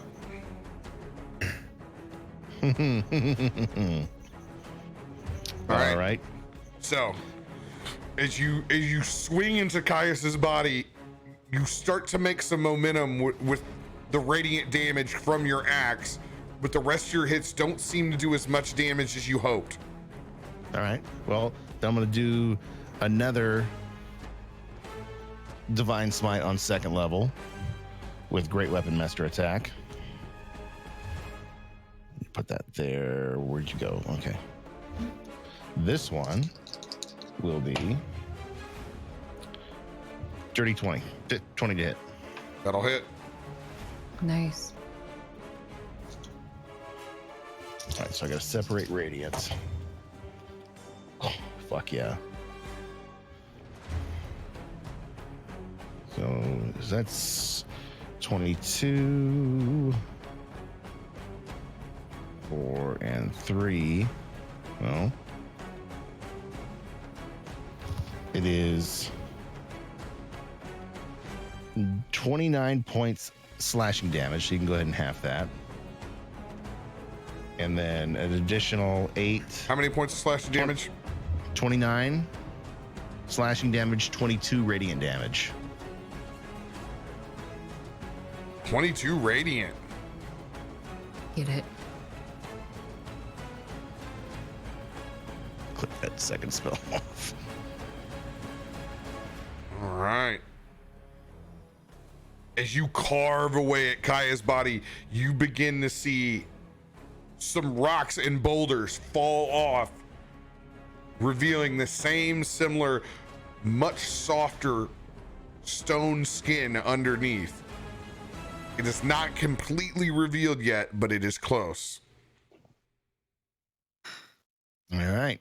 And as I got a bonus action left, You do. I'm going to pop the top off the potion of resistance that Dr. Totemus gave me and Oh, let's go. Get it. chug it down. All right. Bada bing. End of your turn. It's going to be Harshnag's turn up. Everybody go ahead and restock. I'll hold chat down while you guys roll. Thank you.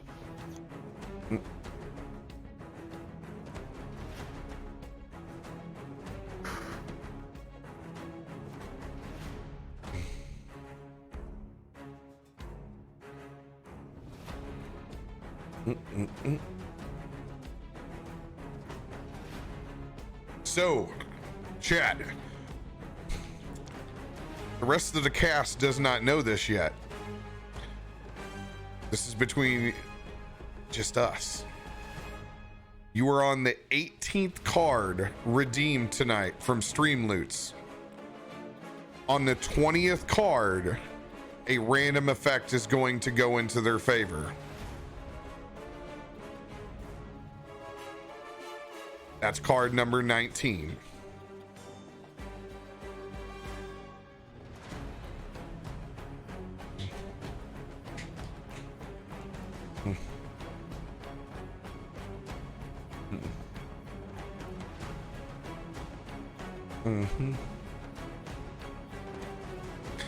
Hopefully I can get some API data that will be able to make a meter of cards played. Oh, let's go. Arcane recovery for Emery. Let's go. All right, that has been reached. All right.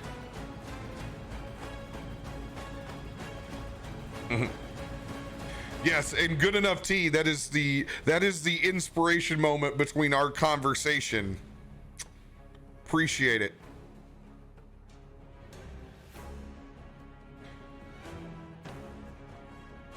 All right. While they are also gone, let's give away another free pack. Let's do it. It gives it an incentive for overall cards played. So there will be another one at 40. Exclamation join will get you a free chest of Streamloots.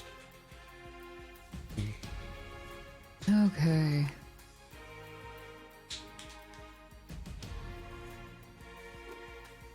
Mm. 1d8 for Harshnag. Let's go.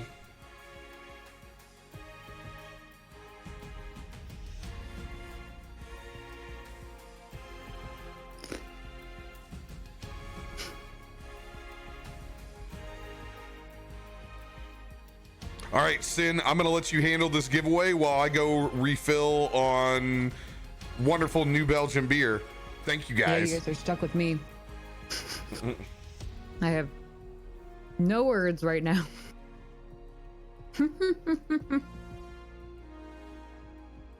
This is going to be hard. I'm a little lost. We do? I need that, thank you. Yeah, no joke. Not gonna fail anything at this point. Can't afford to.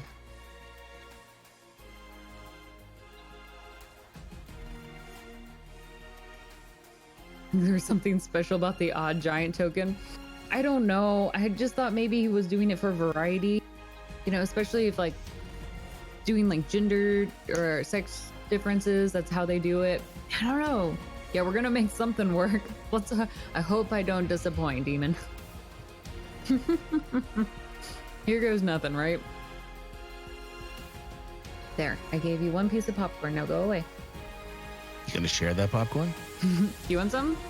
I would love some popcorn right now. You have no idea. It's cheese popcorn. Mm-hmm. Randy again. Only second best to caramel corn. This is true. Actually, I really like kettle corn right now, especially in the fall season. Kettle corn's perfect. Actually, kettle corn's better than caramel corn. I take it back. It's not Except for wrong. Thinking there's of never kettle enough. corn. There's never enough sugar on the kettle corn. When you make it at home, you can put enough sugar on it. That's That's maybe. It's always like a light flavoring, and it needs to just be the whole thing. I've never actually, I don't think I've ever made kettle corn on my own. When I grew up for a while, we used to actually have a big cauldron when we would take it to like events and we would make some. But I don't think I ever helped with that.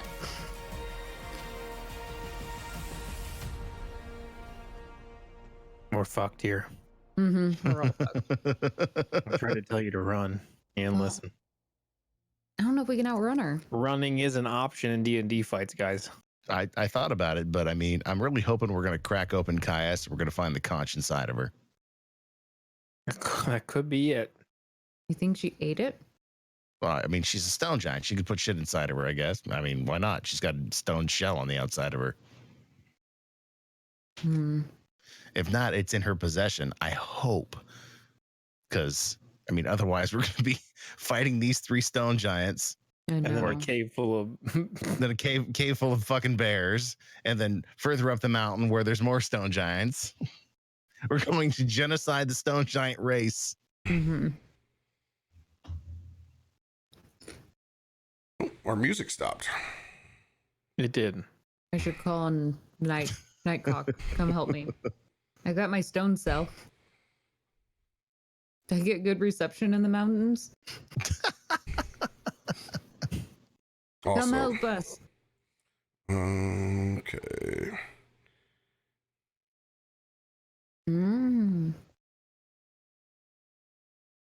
Yeah, rumor has it I now have a D12 inspiration. Thought that was his turn. That's the rumor.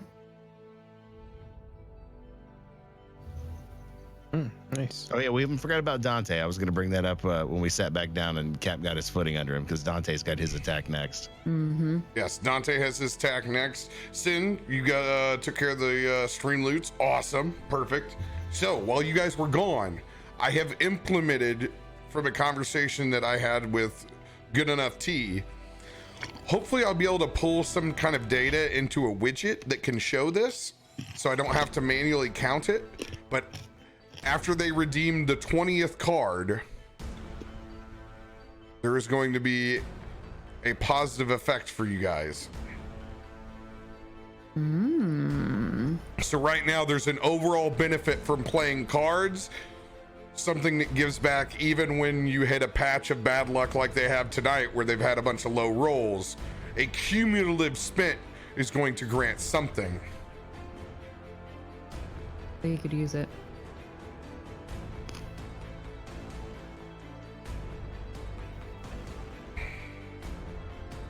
Money wins wars. Not true. Having disposable bodies wins wars. Wow. That's Facts. dark. Facts. Definition of mud: dark. Very dark. Mm-hmm. All right. By the way, little shout out for New Belgium. You guys are amazing. Thanks for sending the Hop Avenger IPA. You can pick these up wherever craft beer is sold. Fucking delicious.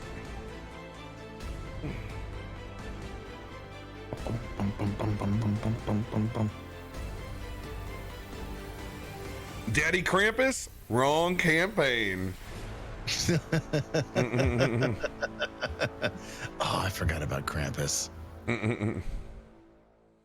Don't worry, Whisper. We're going to do another giveaway. All right. I'm going to start that giveaway right now as we do Dante Alfonso's turn. I received arcane recovery when I was on break. Yes, you did. That's nice. Exclamation give me? point join. Arcane recovery lets you get some spells back. I also had that magic item A, but I don't know whatever happened to that. I keep track of the magic item Okay. A, all the magic items here, and I get to it once we can get to it in the story. You can use arcane recovery whenever you would like.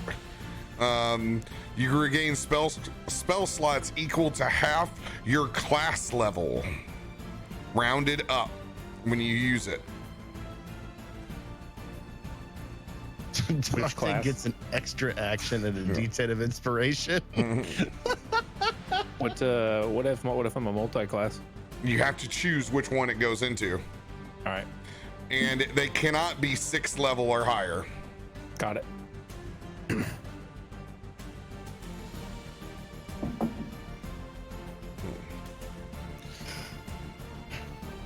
Dope. All right. mean, Mods, did everybody get what they were supposed to off of Stream Loots? If we missed something, let us know. I think everybody got a D8, then Ruby and History got bumped to a D12. Awesome. All right. Actually, I had a D10. Never mind. I lied. 10. No, shh. As long as we all agree. All right. Little Dante Alfonso. What do you All guys right, want he's- Dante to do? I mean, he's still a little pissed off Dragon Man. He's gonna attack with his fire breath if he can. Gonna roll. He had success with it the first time. Roll with a roll a d6. That's 4. It does not recharge. Rip. Has to be a 5 or a 6. That's the way it goes. Then he's gonna bite the sore spot. It is not completely revealed. He's going to have to fly over and move. It's going to go over to where you're at, over here on the side. There's gonna be a 15 for him to hit on that. 15 will not hit. Also, you need to mark on your sheet, Dante Alfonso has a brutal critical. And a D10 of inspiration and an action surge. A brutal critical? Yep. Yeah. Dante rolls a critical, is going to get extra dice. I'll let you roll that if they succeed on the flame. I'll let you have an extra dice on the flame. Cool.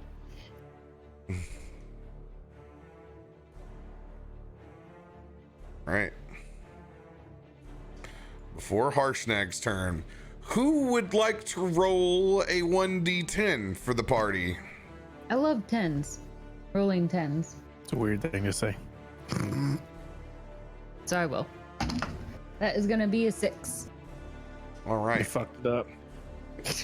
I'll never roll again. Awesome. Any ally gets a d10. Got it. And by the way, guys, you can when you lay a card, you do not have to choose a cast member. You can do exactly like that, any ally. And I'm literally just going to go down a snake, or I'm going to ask who's going to be beneficial from it. I think Ruby and History, you guys both have above a D8. Yeah. Yes. So Emery, change yours to a D10. I already have a D10. You have a D10? Okay. Then I will move Harshnag's to a D10. All right. You said you have a 6? Yeah, she rolled a 6. Yes. Sorry. All right, Apologies. Yeah, we don't joke about that. That'll get you a 1,000-minute timeout.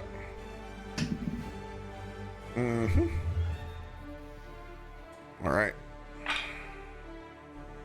It's a lot of minutes. Yeah.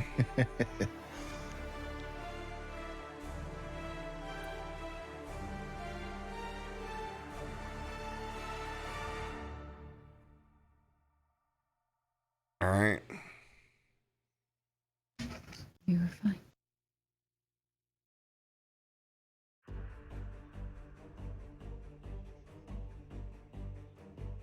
As everybody begins to get deeply entrenched in battle,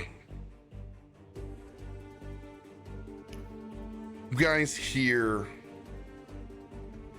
a buzzing. And it sounds almost electrical.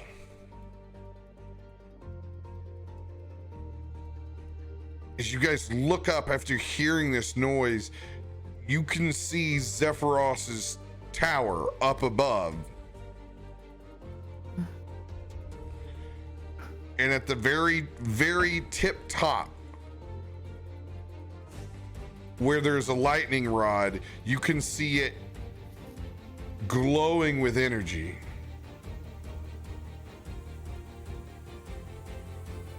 And that buzz you can hear is definitely the electricity from it. And it doesn't take long before that buzzing drops into a massive, massive crash onto the battlefield. And as it does, it tendrils out and flows through the ground and goes up to your leg, flies all the way up to each of your foreheads, where a small pyramidic third eye appears astrally and begins to spin.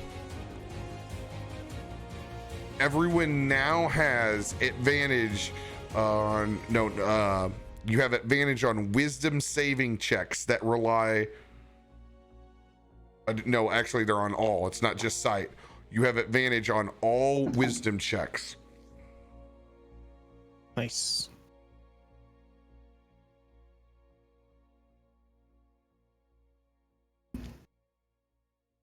Actually, hold on. Do we have we already have advantage from the Heroes Feast, correct? Yes. Mm-hmm. All right.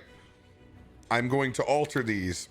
Retcon, you do not receive a third eye. They go directly into your feet. As you guys feel an extra set of dexterity that you never felt before.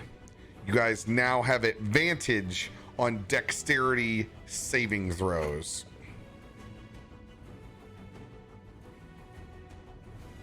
Sweet. Advantage I'm on gonna be dex. dodging stones. Is this As what if this I is needed prepping us it. for? I had to give you guys something else since you already had it. And that is from the overall stream loot buff. Sweet. All right.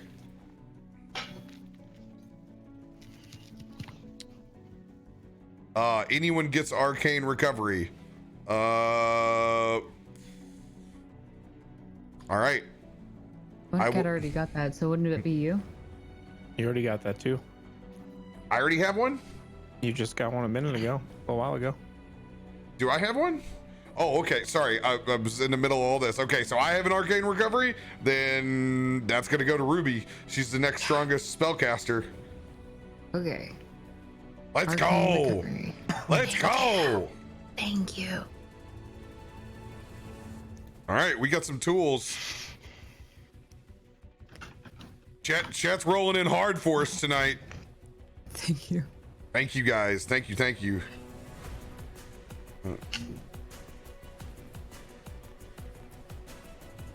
And also another D10 inspiration for anyone who needs it. Okay, well that would be me. So everybody's got a D10 right now. Perfect. Thank you guys. We'll fucking take it. Harshnag's gonna pull himself up. My nuts.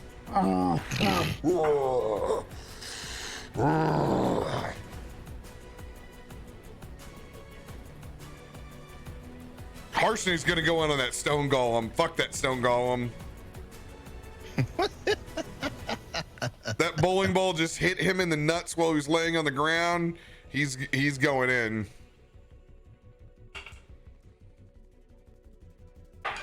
All right, that's 16 plus 13. That'll hit. Or plus 11.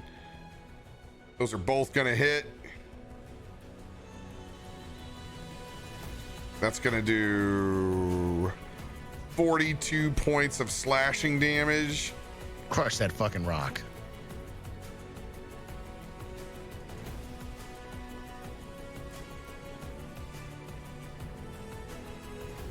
Where's my god? I have so many tabs open. Man, fuck this thing.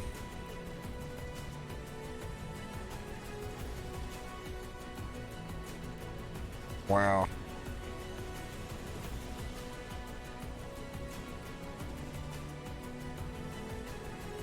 All right, 42 points on it.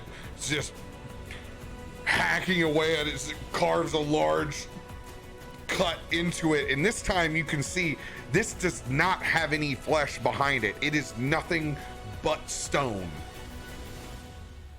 Because it doesn't look like I've done as much damage as I had hoped from those 2 big swings. All right. Well, balls. So everyone has been upgraded to a D12. Nice. Huh? Thank you, chat. All right. Yeah, I'm loving that it, like, Mixer app is loading for you guys. This is great. Good shit.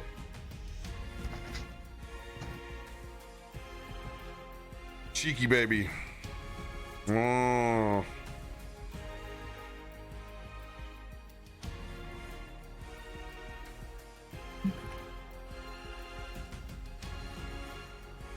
I'm gonna get Romulus down the side of this mountain to where it can at least be in telepathic contact to the other stone giant.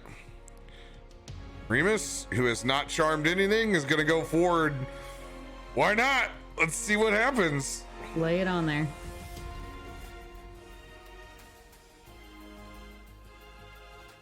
Caius is gonna have to make a wisdom saving throw.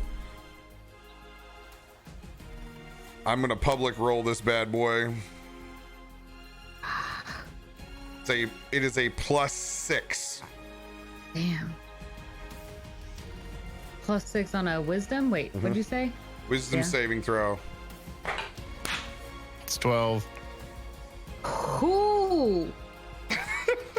What? Nice. Let's fucking go! Oh my god. Yes, you little cute thing. Thank you for coming along. As you just see Remus walk up to Caius and lay a hand over near it. As it touches, you can see the demeanor in Caius's face slightly change as she looks down at the dryad.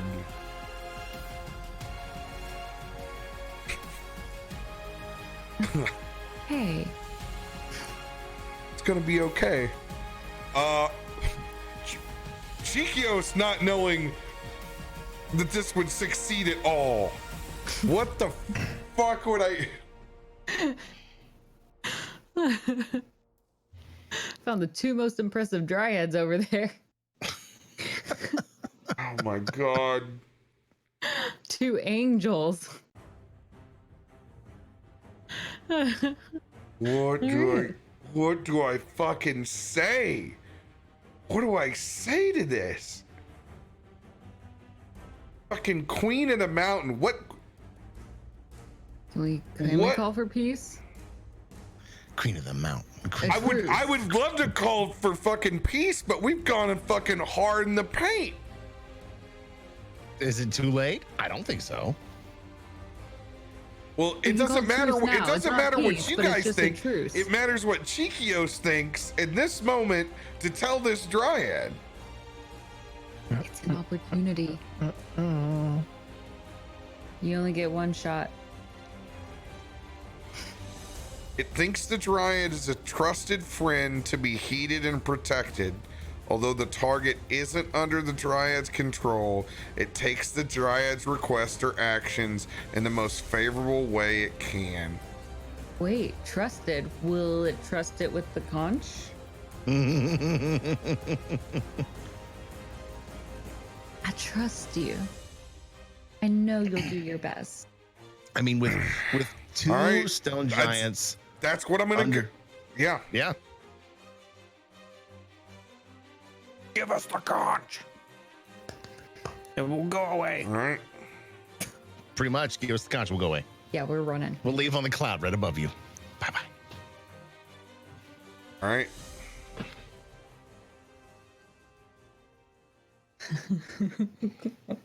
Just goddamn insane. Oh, the quiet is worse. Silence is awful. Boom, boom, boom, boom, boom, boom, boom. What?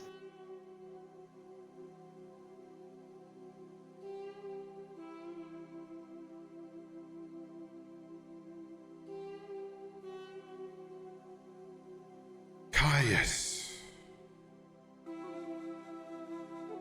We've only come here for the conch of teleportation. If you could give it to us, we would leave your mountains in peace. For you and the rest of the stone giants to tend and continue to maintain in its natural state. We trust you.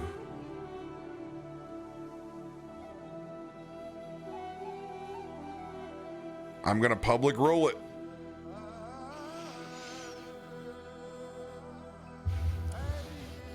They have +4 to their charisma.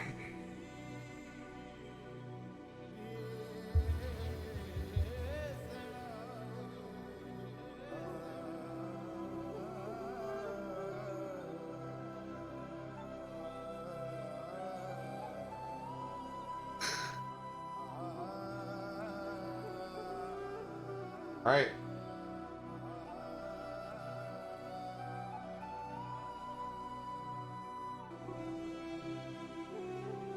That's going to be a 7 on their first attempt talking to Kaya. We will continue to see how the dialogue goes back and forth.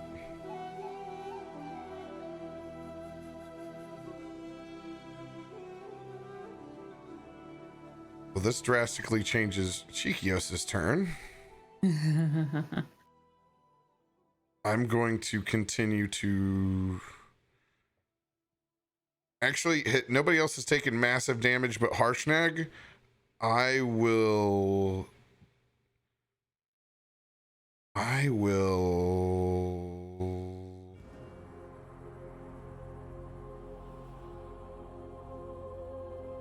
heal. I'm going to heal Harshnag.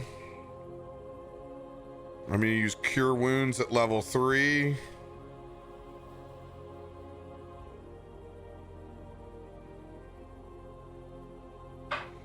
Five, 9, 16. I'm going to give him 19 points back. Cool. So now he's only down 31 points of damage. Harshnag, I don't. I am as surprised as everyone else that my dryads are working. You can fuck that boulder up, but I don't know about attacking the other stone giant.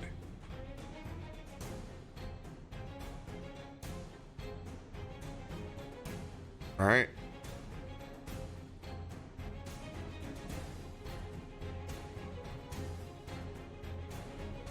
Sin, thank you. We reached 40. All right.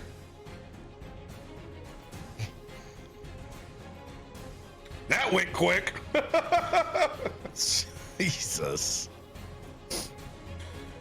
Before the stone giant's turn, someone different this time. Hester or Emery, roll a 1d10.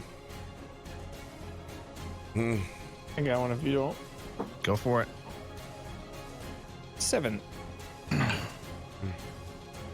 It's a 77.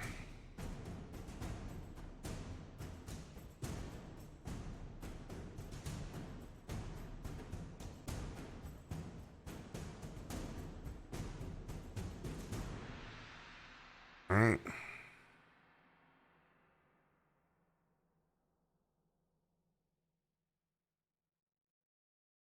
So, Emery, Mm-hmm. on your next turn, you're going to be able to take another action immediately after your first action. Is that action plus bonus action or just action? No, it's like having an action surge, but you have to use it.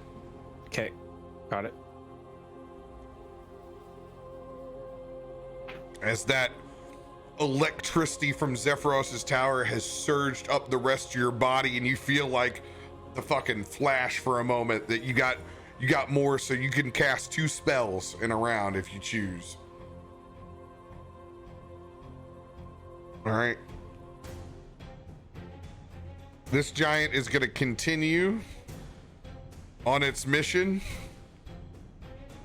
It's going to go set its ass down and plug that hole.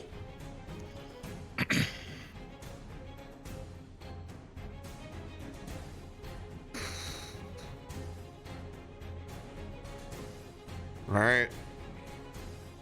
The giant next to it is going to see it sit down and plug that hole.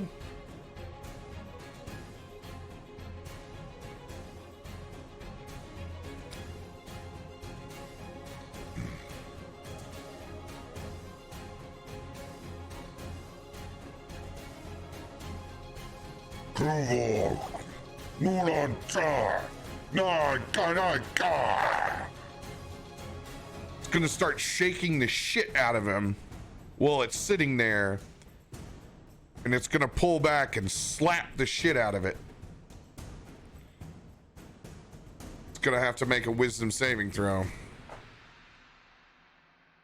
I forgot we lost our one player that speaks giant. Yeah, you just don't have giant anymore. So it's all just fucking, it's all gibberish. It's all gibberish at the moment.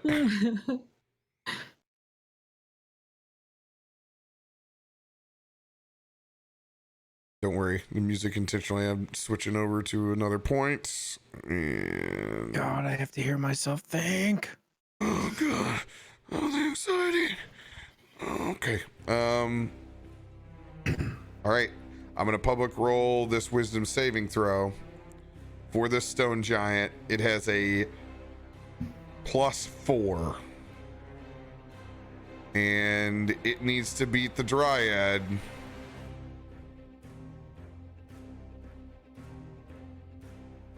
Which has a DC of 14. Here it goes.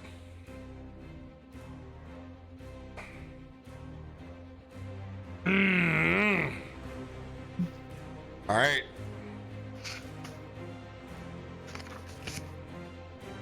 Each time the dryad or its allies do anything harmful to the target, it can repeat each time the dryad or its allies do anything.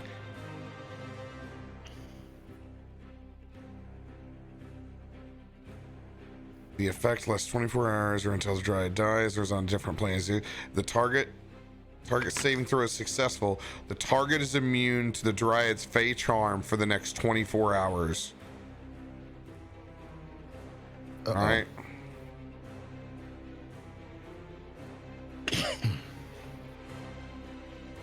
All right.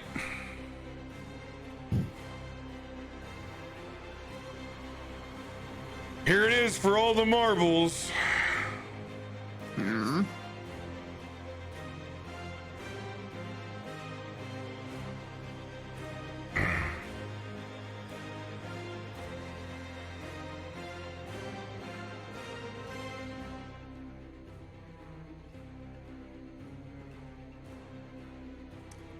This is Caius's turn.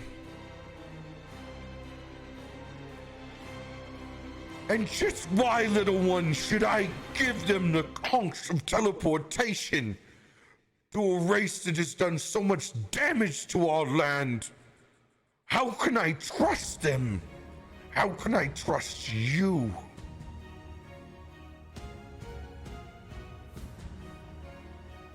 The charm is going to be enough to hold Caius's turn.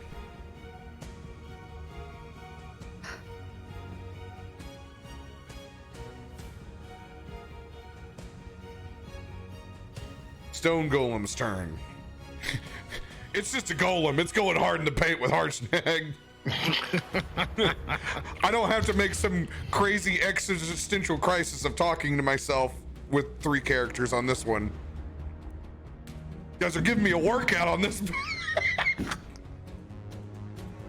Feel like I'm over here on like a fucking solo fucking monologue over here. All right. All right. 13th browser tab. Let's go. It's going to slam into the fucking side of Harshnag. That's a dirty 20. That's gonna hit. That's 24. It's gonna do 38 points of bludgeoning damage as its fist just pound into Harshnag's kneecaps. Oh, you little shit! I'm going to crush you into pebbles. Harshnag's having a fucking rough day with these giants. Yeah, that's gonna be. Oh, there we go. Harshnag's got 69 points of damage, man. I am having a Fight Club moment, Sinner. It's a very Fight Club moment. Sin, if you can let me know when the cards hit to 60, that'd be great for tonight. You're the real MVP. All right. Solom's gonna stay locked into where it's at. Nobody's really over where the bear cave is. Well, Emery, you're the closest one. You can hear the bears slamming into that stone giant's ass. Great.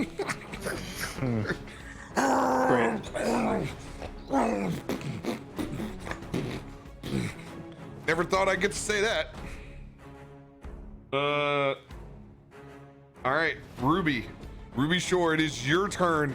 Caius is actively charmed right now, has not taken her attack yet. Okay. Can I take an action to support the dryad? 100%. Okay.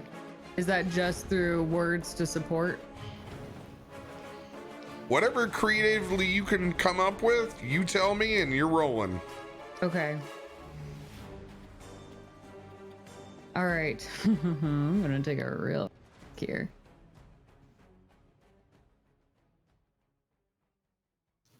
I go to Caius. Is she within reaching distance? Mm-hmm. I gently reach out and touch her hand. Great Caius.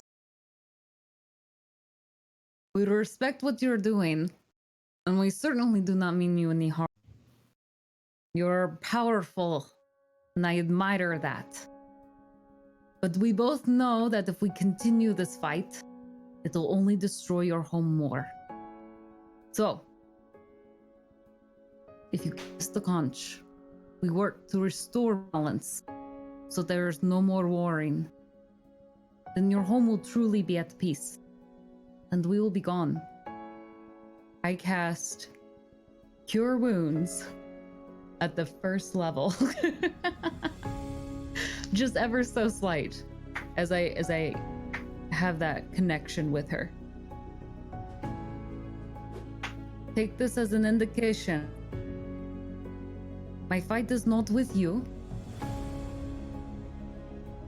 and I only mean to leave this place.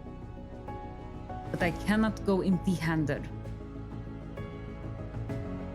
All right, so I'm going to roll. See what I grant her. That's going to be 5 points of healing. All right. Ruby, you have a table H item.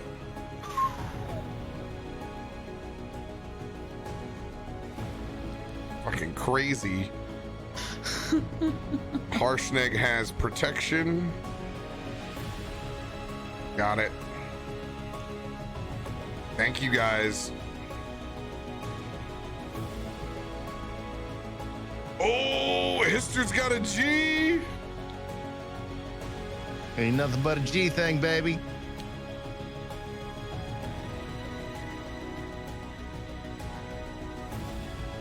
All right. As I go down.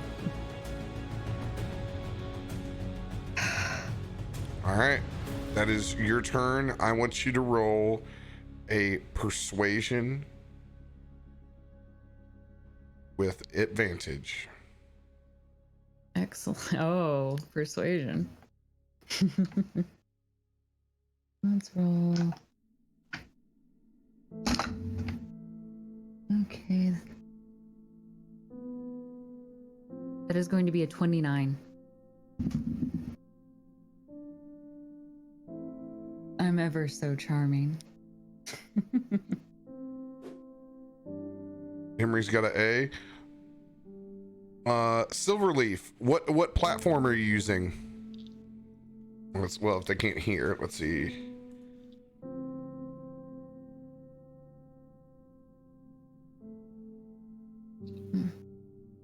Hey, mods, if you can try to help Silverleaf, if we can find out what's going wrong, try to help them out while they can't hear or see, and direct that over to me.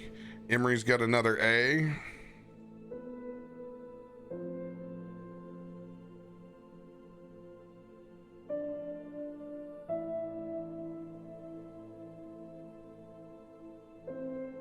All right. What'd you roll again, Ruby? 29. 29.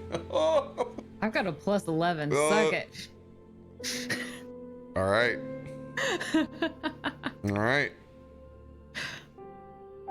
I'm laying on the charm. Maybe I should flirt with her. I seduce her. It's ineffective. Hey. You don't get to decide that. Oh, sorry, I just rolled. I just wink for her at the end. Wink at her.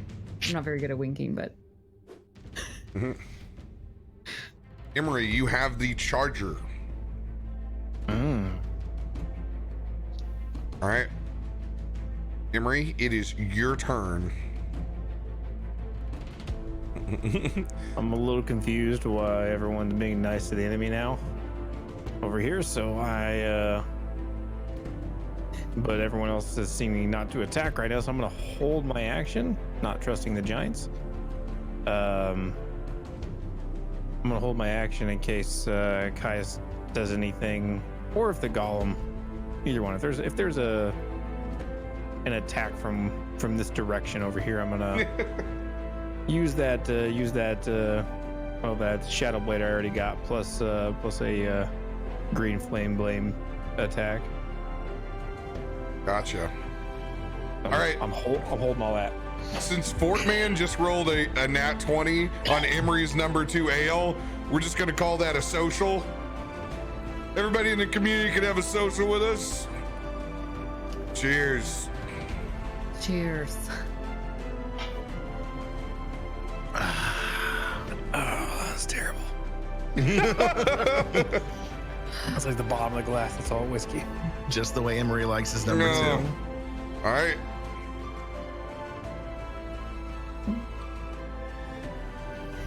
Wow, this has gone completely different from how I thought this was gonna go down. Hisser. You and me both. With what's going on, I'm going to lower my axe, and I'm going to use my action to speak to Caius and say, when we came here, we heard how formidable your warriors were. That's why we attacked. We thought it was our only chance to get the conch, but we're really here to restore order.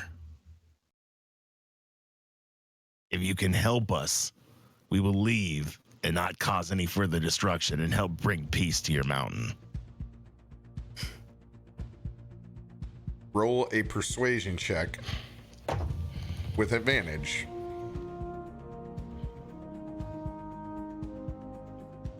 $22. All right.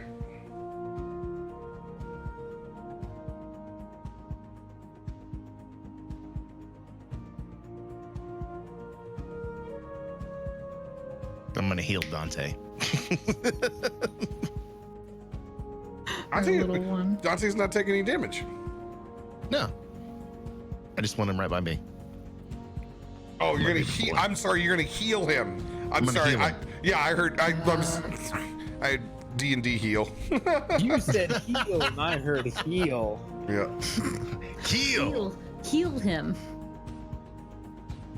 Harshnag is still gonna see all of this, and he does not care. He is smashing that fucking rock in front of his face.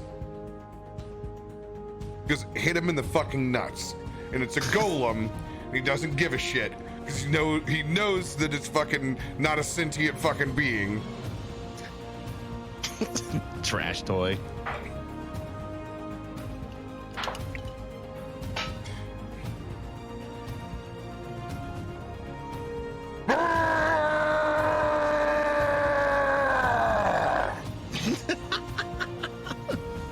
Harshnag smashes the fuck out of that golem with 2 more strikes.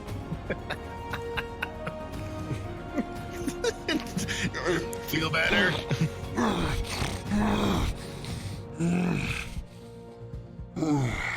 Where's everyone stopping? That thing hit me in the sack. Oh. Oh.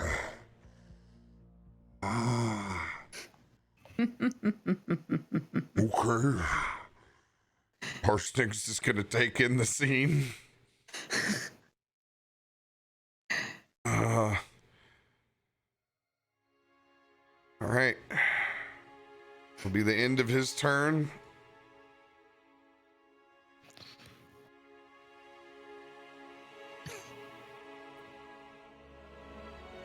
What do I have? What do I have up my sleeve?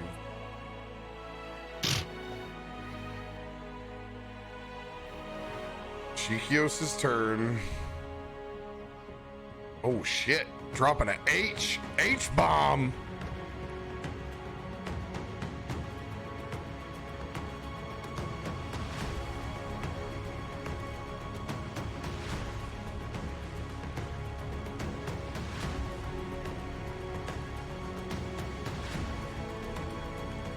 All right.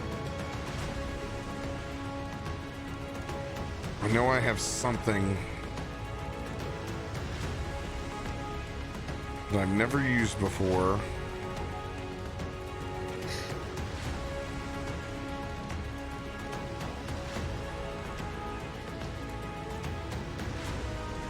Give me 1 second, guys.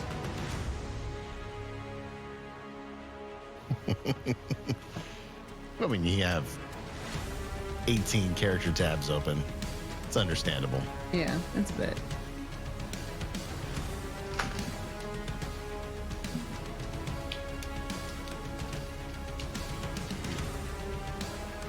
We got 13 snakes over here. I need to speak to a manager, please.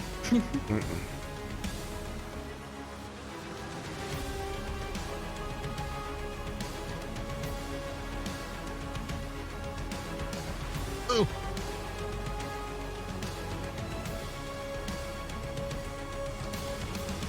All right. We hit 63 cards. Oh my god. Oh my god. Oh my god. There it is. God, man, I had this for a long time.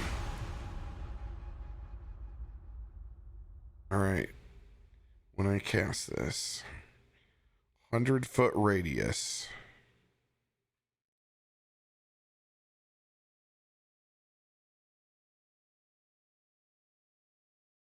If you cast this spell, oh snap. All right. This is what I'm going to do.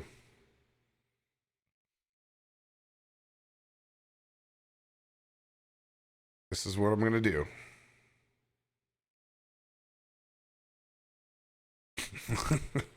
Protect me. Okay.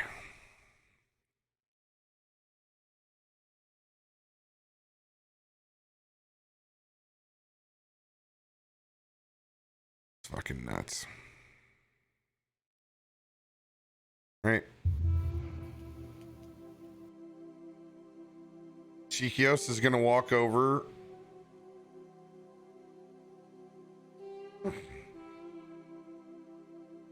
To the rest of the group.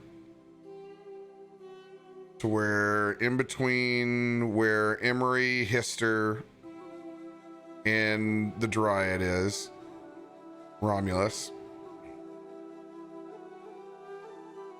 And I'm going to call Remus back up over here. And we are going to all three of us lock hands.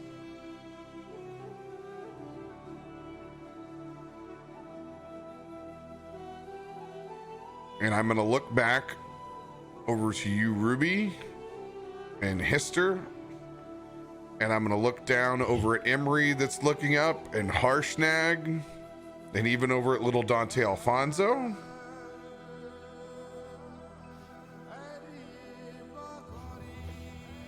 Do your best to protect me if things go south.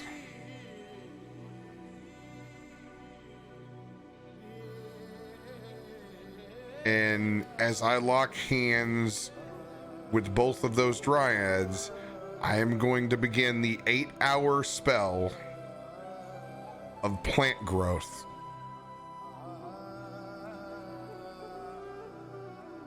As we lock our hands, and I begin concentrating over the next 8 hours to enrich the land.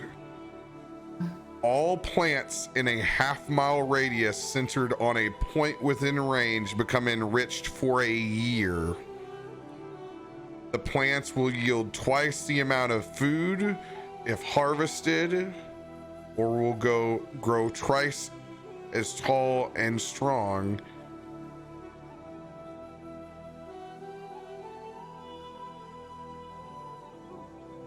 As we enter our trance-like state, we assume almost a greater guardian of nature form than Ruby has, as we become entrenched, feet stuck into the ground, roots all the way, becoming trees ourselves, planted into that spot.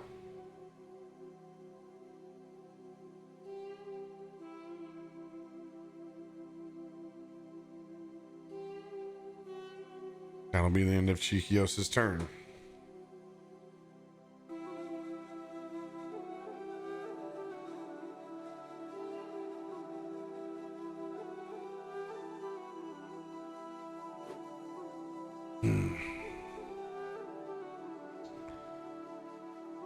Emery, you have the protection card.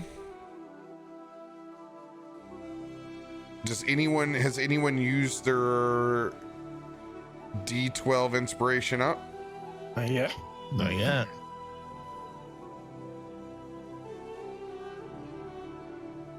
I will give that to the Dryad on our combined advantage persuasion check. You want mine too? Nope. All right. I'm gonna go ahead and roll that. I'm rolling it right off the bat because we're burning it. I don't care what it is. The one. Should have taken mine. Oh my God, I rolled a 1 on a D12. All right, well, here it goes. This is a public roll with advantage. We have a +4. Let's see, actually, I'll see if, I don't know if mine is higher or not. No, we're going with the +4. First roll. Not gonna watch. Can't watch. Oh my God.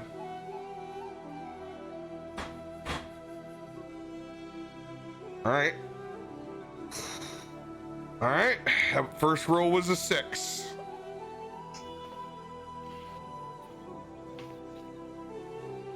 I have to wait for everyone else to stop rolling so I can roll.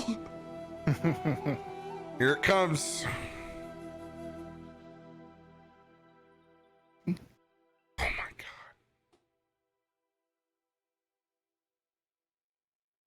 God.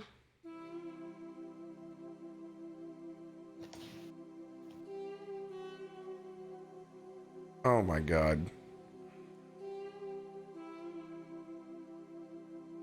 The only thing I have left is Chikios' inspiration, and I'm gonna roll it. All I have left. This is weird. So we have a 6.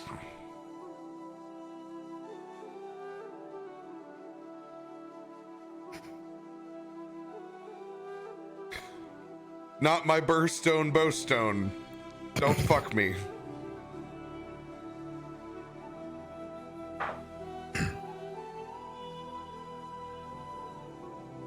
Quill, baby!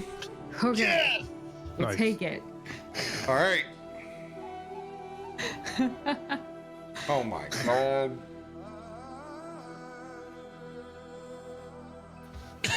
Just holding my breath. About to get Let's try to fucking breathe now. clubbed into the fucking mountain. So, we have a dryad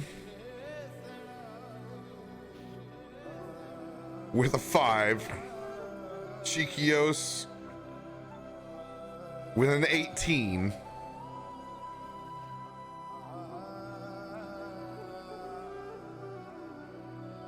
the other 2 giants are going to get up and move over to where we are. They are going to hold in place.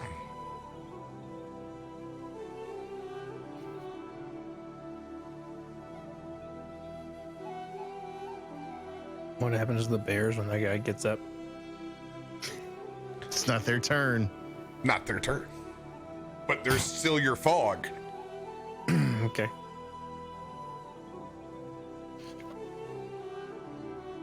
As they move up and over to where Caius is at.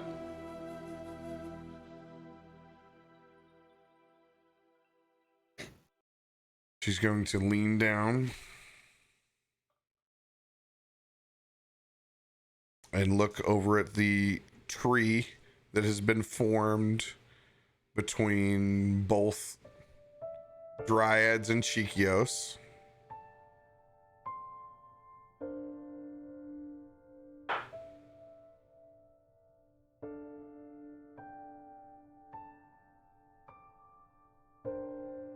I have rolled a 12.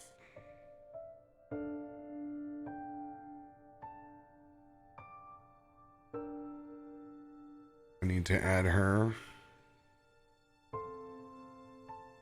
Sight, that's a +0.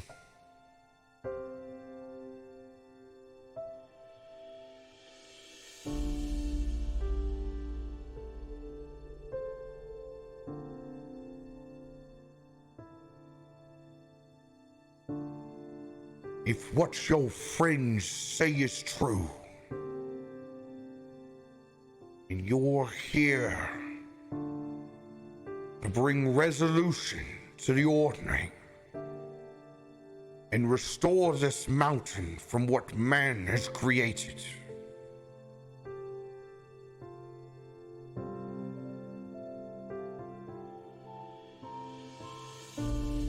and I will do anything in my power and grant you free passage. I will give you this gift, small ones. If you hold this promise,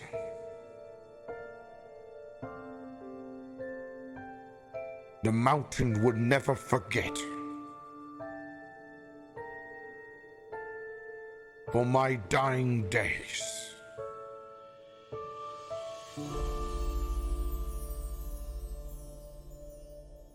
Caius makes another small gesture with her hand.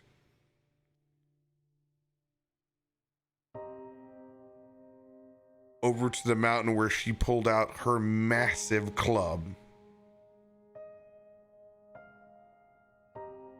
And in the spot where it was at, you see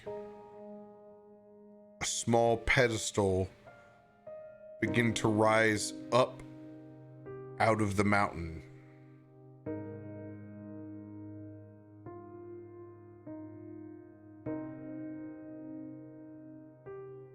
On that pedestal,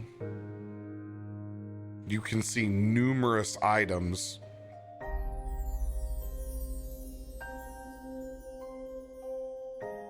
One being in the center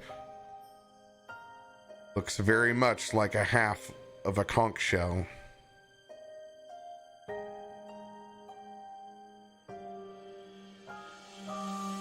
Kruvog, bring them the mountain's bounty.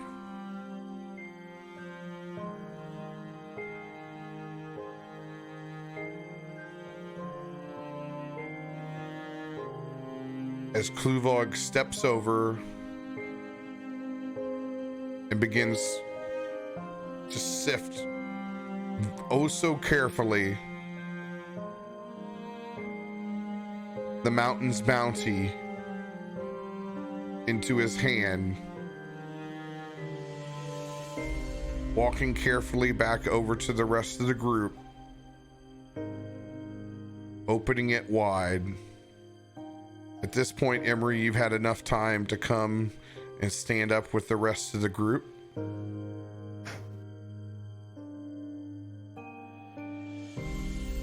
I need everyone to roll a 1d10. Start picking this loot up.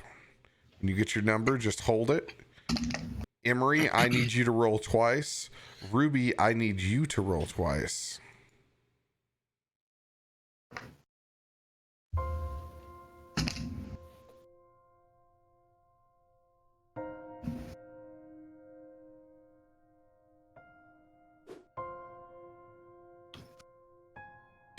Just cast divine intervention. Fuck. Oh shit.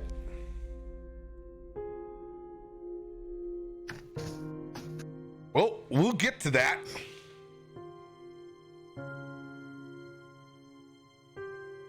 All right.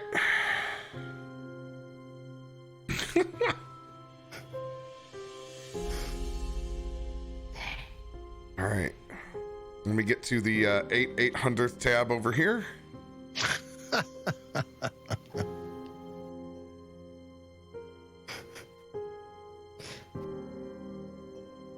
Wherever it's at. Well, I can start deleting creatures that aren't fighting anymore. That'll help so I can read them.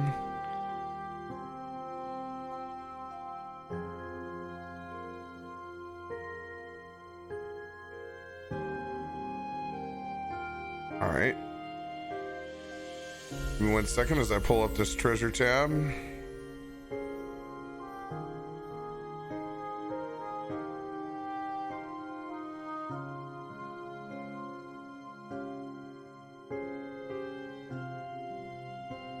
All right, Emery, first roll. 10.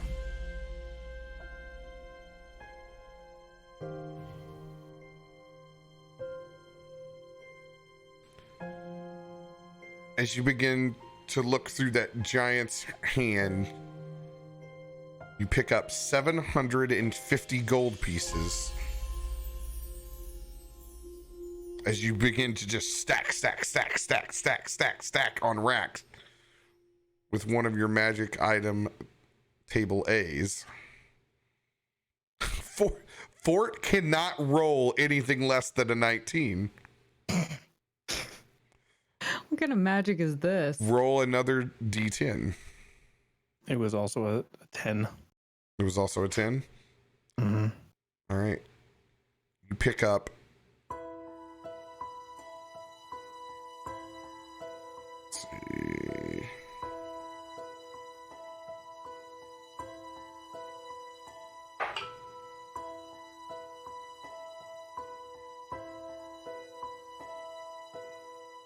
Another 150 gold piece blue quartz.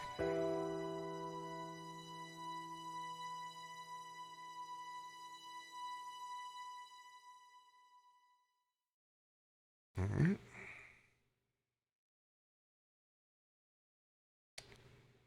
Emery, or not Emery, sister. 7. But that's not the one that I want. That's the that's super sad. That's a super sad track. It's not the one that I want.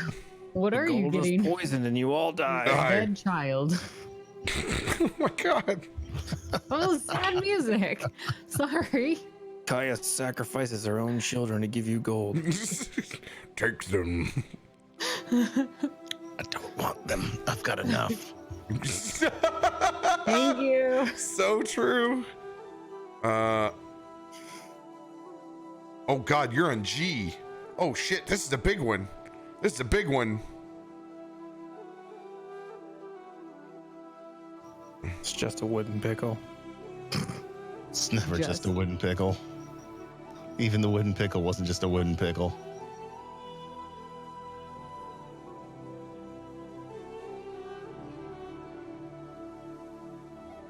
All right. What was your number again? 7.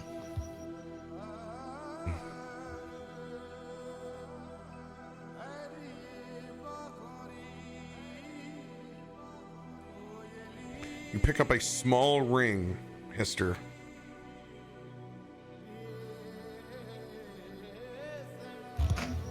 And it doesn't seem like much at first. It's just looks like interlocked tungsten goes around. The aesthetic of a warrior looks nice to you, and that's where you pick it up.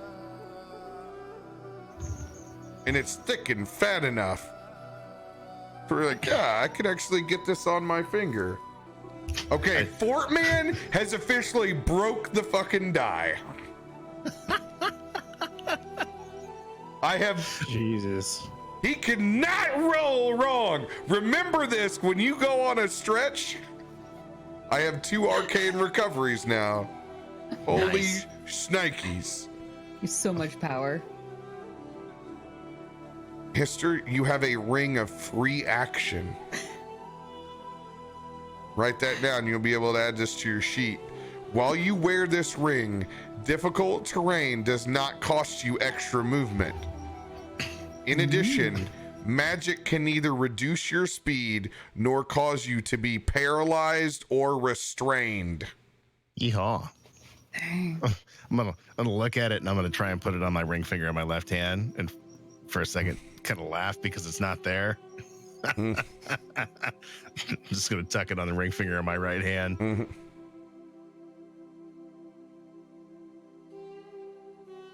All right. Jesus, did Namesake just gift Fort Man more? That was when we figured out a system. Did he? Everyone could buy him for $4 I knew the minute I saw that was gifted. I knew exactly where that was going. All right, Ruby. 8.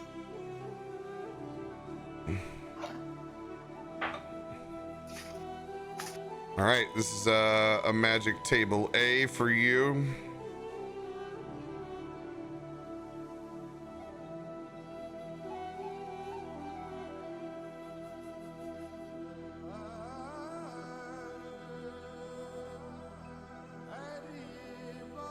No, I don't need art.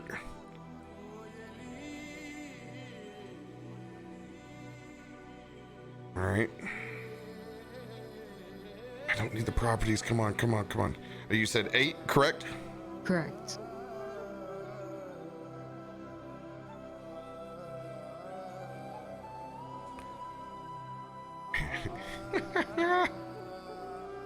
You pull out another potion. One that you've seen before. Oh, no, this is A. I forgot. This is just A. You look down and you snag within that pile. You can see another just straight healing potion. And you're like, yep, I'm going to grab that sumbitch. You have 1 regular healing potion. Okay. Go ahead and roll another D10 as we snake back your way. All right, that The one's rest gonna of be a 7. 7. For my second one. All right. This is your big boy. This is the H. The H.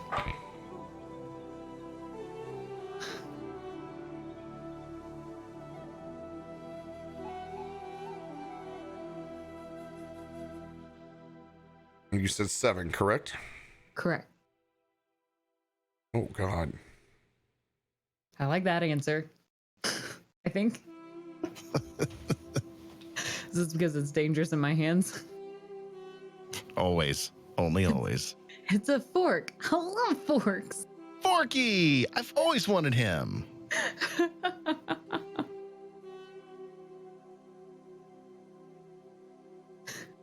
Sporks are cooler though.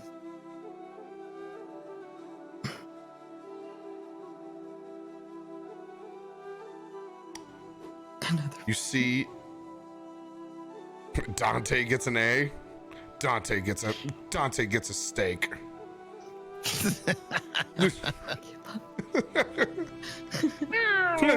Dante gets one leg of lamb. And it's just presented there. It's perfect. It's like prosciutto. Ruby, your luck of seeking out swords on top of pyramidic objects is uncanny. But you see it,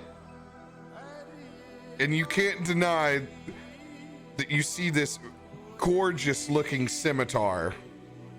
One that would even make Jan C. Ben jealous. All right, keep talking. I'm liking this. You have my interest. As you go to this sword that I can only be described as something that stepped out of a Bollywood movie, with its pearl white handle and tight white leather wrapping around its hilt, almost platinum white blade.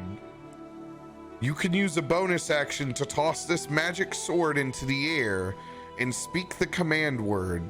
When you do so, the sword begins to hover. It can fly up to 30 feet and attack one creature of your choice within 5 feet of it. The sword uses your attack roll and ability score modifier for damage. While the sword hovers, you can use a bonus action to cause it to fly up to 30 feet to another spot within 30 feet of you. As part of the same bonus action, you can use this sword to attack one creature within 5 feet. After the hovering sword attacks for the 4th time, it flies up to 30 feet and tries to return to your hand. If you have no hand free, it falls to the ground at your feet. If the sword has no unobstructed path to you, it moves as close to you as it can and then falls to the ground. It also ceases to hover if you grasp it or you move out of that 30 feet. Add dancing sword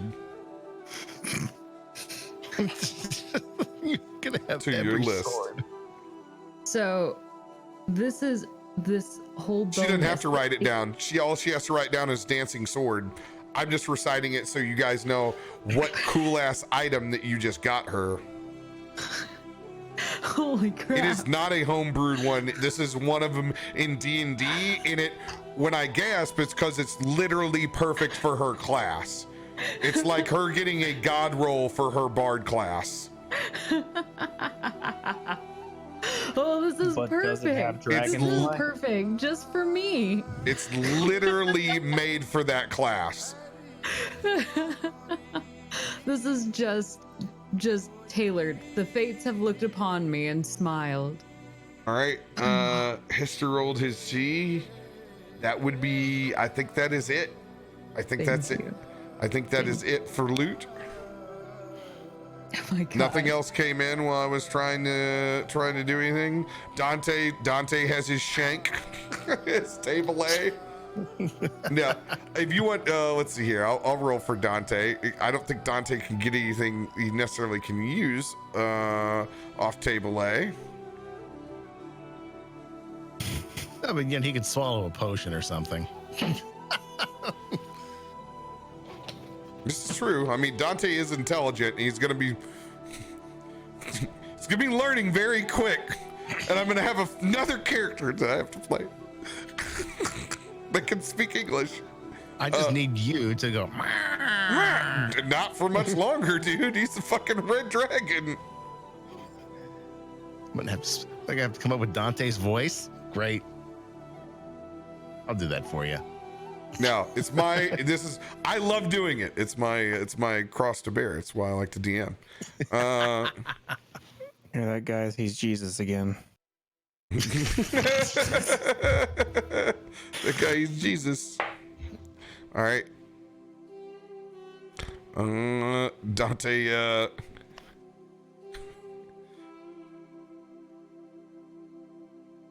Dante will, with 50, he's gonna pull out. He's gonna snag one of those potions as well.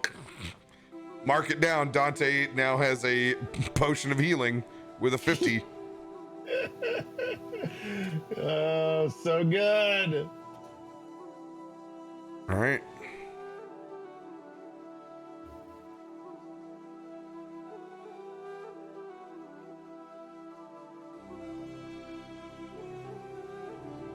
After you guys pull your items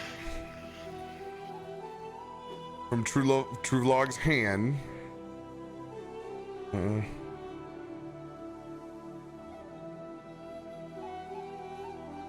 conch is the only thing that is remaining.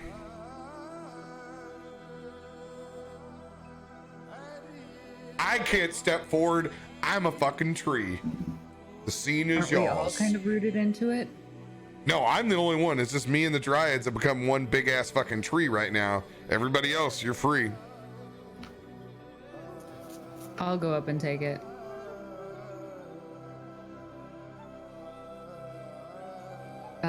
As I go up after I grab it on my way down, I gently bow my head toward Caius. Thank you. We will fulfill our agreements. And we will leave you in peace. Though if you travel off this mountain, come looking for me.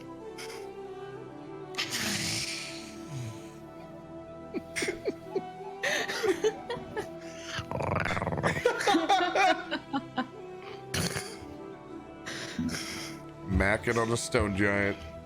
Did you know we have Badass. 8 hours? We have 8 hours before we can leave. Yeah, we're stuck with you. I'm just gonna go walk over to the 3 trees, lean up against it with Dante, and just kind of take in the scenery. I think we're gonna be here for a while. Let's let it all soak in. Because I have a strong connection to the Fae as well, will I be able to work with you to speed up the process? By joining you? Since you are in your nature guardian form, Mm-hmm. I will let you roll a 1d4.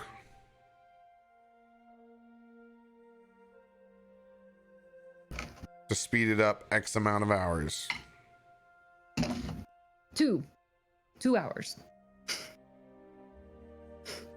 After you say your piece,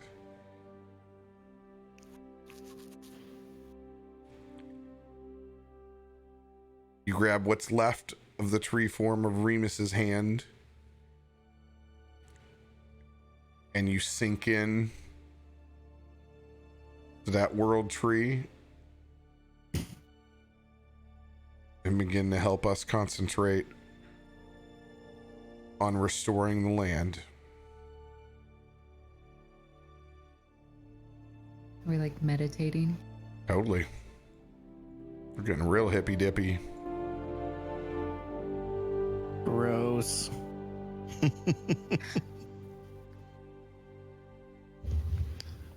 Hey, Harshnag, you might as well pull up a rock. I think this is going to take a little while. Not how I thought this would go at all. From one warrior to another, it's not how I thought it was going to go either.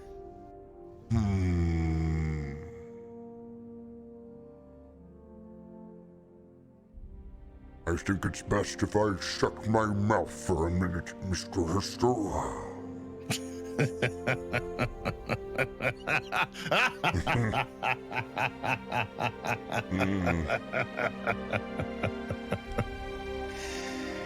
I completely understand.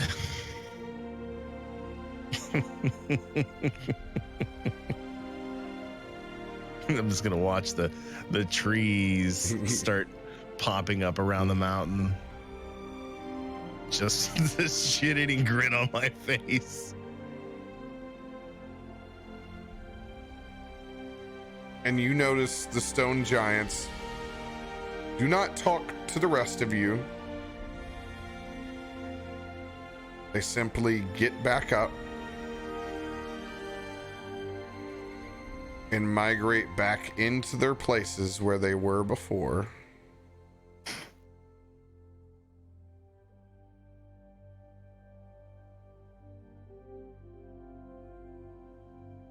And begin to meditate as well and form back into the mountainside.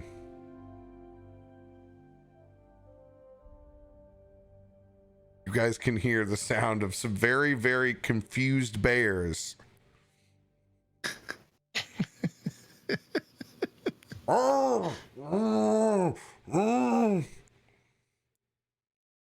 As one of them comes out and begins to lick the face of the shaman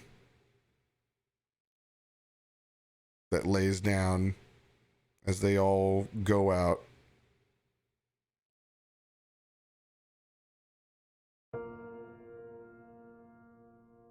And those bears begin to check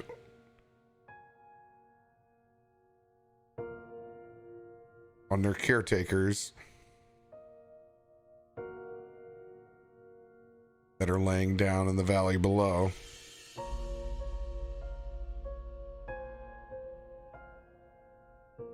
You can see him just lay down next to the bodies.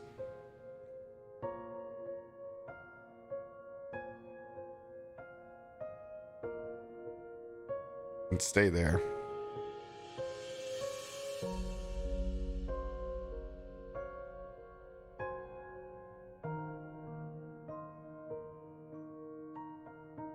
Harshnag, out of respect, makes his way up on top of the mountainside just to kind of sit and peer out.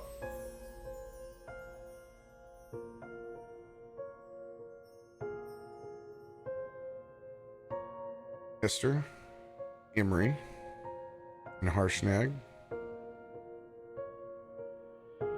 you have a few hours to kill up on the side of this mountain. As you guys all see trees begin to sprout up where the fire elementals pour a path through the valley. New sprigs and sprouts begin to come up where they were before as it begins to reclaim back into the land.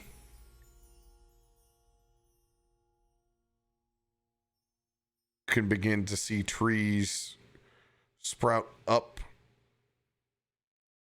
and over the bodies of those Utgard that were laying down before, to the point where you can no longer even see their bodies, as trees almost make a mangrove-like entombment up and over them and grow up into the sky.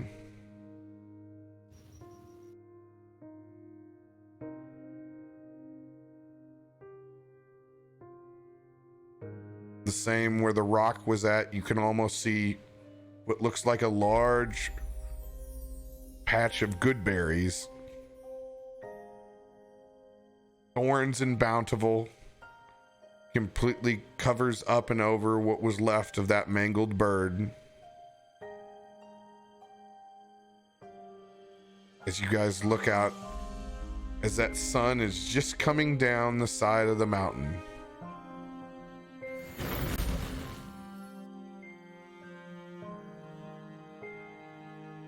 You guys have a moment for yourselves if you would like.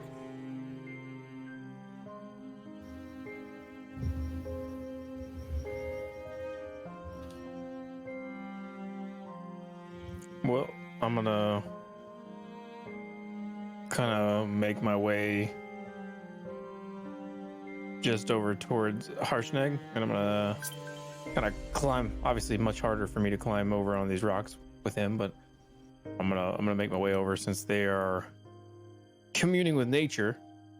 I'm gonna go sit by him, but I'm leaving my swords out and still not feeling like we're completely out of danger in the area, given that I was in that cave and I saw all the bears and everything. So I'm not completely trusting the situation, but I'm gonna sit by Harshnag and just kind of plop down with the sword still out and say, "Well, that didn't go quite like I expected it to."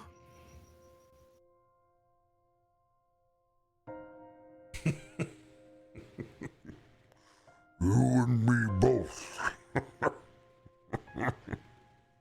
Yeah, I totally thought we were all gonna die there. Not gonna lie with you. I was at least going to take one of those sons of bitches with me.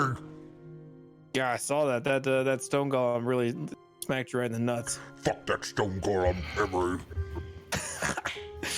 Well, you made him pay, so that's good. It's not a sentient being anyway, so it can go to hell. That's fair, but he got you pretty good. Different scenario might have been funny. It was still pretty funny.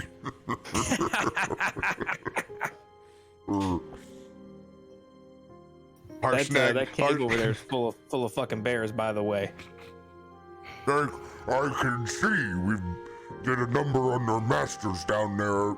Hopefully they can shake hives down full of honey or some other bullshit that they like when we leave this place. I don't know, but I definitely don't recommend walking into that cave. Not a good idea. It's pretty entertaining that you went in that cave looking for the conch. Or you How got the fuck am I supposed to know where the conch is? You got a handful of bear ass. Well, it definitely didn't last very long. Esther, come here. Harshnag opens up one of the mini casks of ale that he took from Tribor. I was gonna do one of those slow get ups, and I see what he's doing, and I pop right up on my feet and scoop my happy ass over next to him. Hey, I'm almost as big as you now. You know what that means? I still can't fucking drink as much as you can. As they used to say up north, big perm, small worm. What the fuck does that even mean? It means he has a small dick, Emery. Johnson, whatever you call it. Little bratwurst, come here. Why are we the ones that are left here, the warriors that are unsympathetic as we see this hippy-dippy shit going on? How much longer do we have to be here? We have order to retain. Every once in a while, you gotta sit back and enjoy the scenery. The sunset is... Yep, you can say it. It's nice. Sunset is nice to drink, too. You're right. It is good to be here on this mountain with friends. We are probably one of the only few to sit on such a majestic mountain and be able to drink without being fear of crust. Yeah, I mean, when you put it that way, you're probably right. Not too many people have got to sit here and do this shit. Plus, on the bright side, those guys are busy, so it's more ale for us. You have a fantastic point, Emery. It's half the people to drink. I will drink to my ball sack. I will drink to you, Emery. who makes me chuckle. I will drink to you grabbing bear ass. I will drink to Hister and his little dragon that is about to be a huge fucking problem. Come here. You need to start learning dirty words with the rest of your uncles. No, he's learned a few already. And to He doesn't like bourbon, though. You want to try some beer? Yes. Come on, Dante. Come on.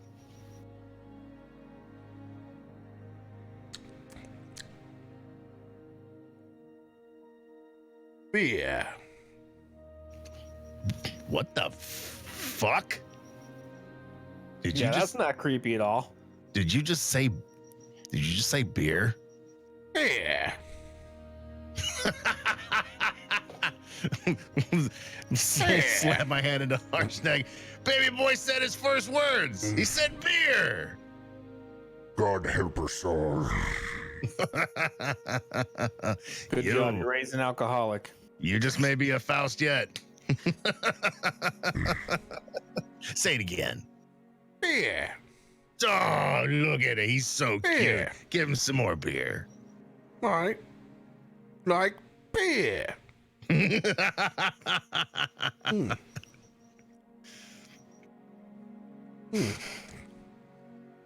Wait, have you been listening to us the whole time? Malacca. Oh, God, no. Malacca. No. Chiquios is Malacca. a goddamn tree right now. I got to sit here and listen to this. Johnson. Dick. Johnson. Oh, I think I liked it better when you were just screeching. Emery. Small Johnson.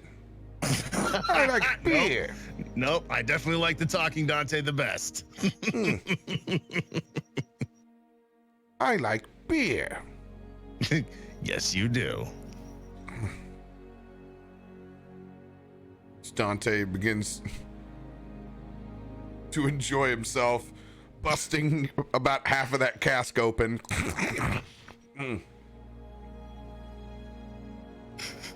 I'm tired. Come here. You can sleep with me.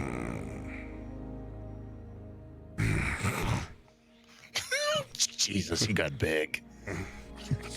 See, Dante lays down on you. You're like, oh my god! It's like two Great Danes just mobbing you at once. You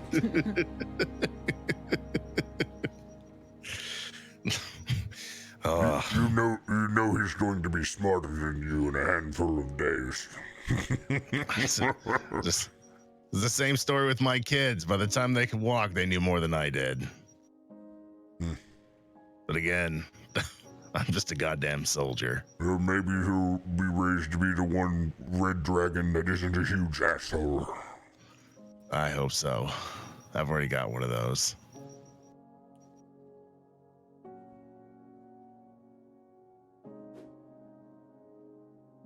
Yeah. I'm sorry, Turn and Bird. Everyone's still all inspired. Said in his giant voice. I'm sorry. When I switch scenes, it doesn't show that everyone's still inspired. I'm sorry. I'm super sorry.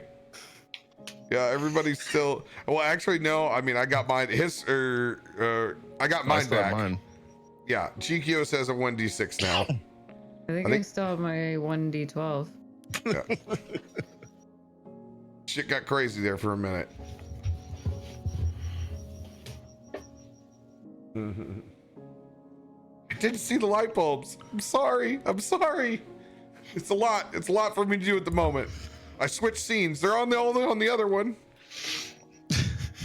All right. Anyone have anything else?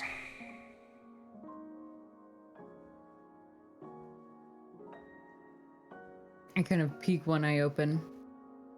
You know, Cheeky, one of these days you're going to have to teach me. Actually, I couldn't hear what you said. It cut out. Oh, okay, I'm just kidding. One of these days you're going to have to teach me this. I like the spell. And Chikios doesn't say it, but you can hear it in the back of your head.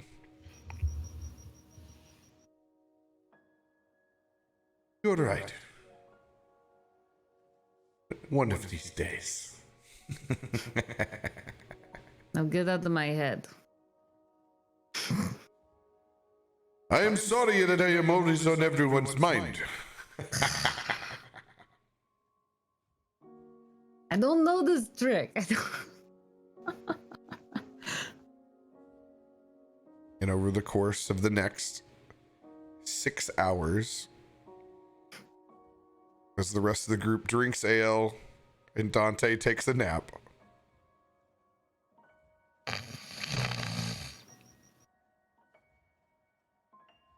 the mountain and the rest of the forest slowly begins to restore itself. And that's where we'll end this week. Not where I thought it was gonna go. That definitely changed. That changed a lot. Oh I'm shit. strategizing on, all right, we're gonna take this one out, we're gonna move to this one, and we're gonna take this one out of the equation. Holy shit. Pulling those guys in from the Fae.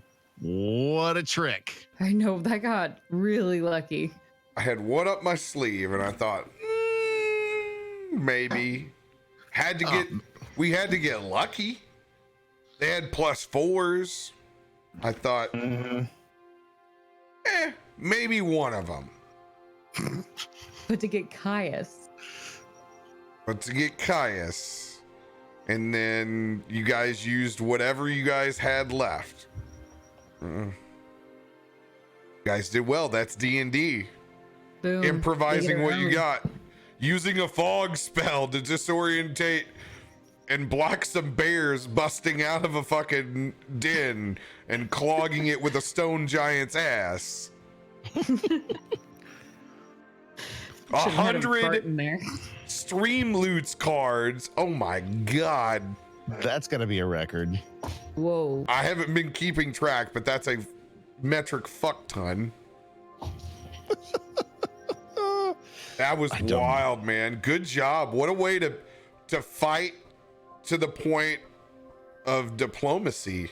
That's a new place. Can we get that as a quote, please? Fighting to the point of diplomacy.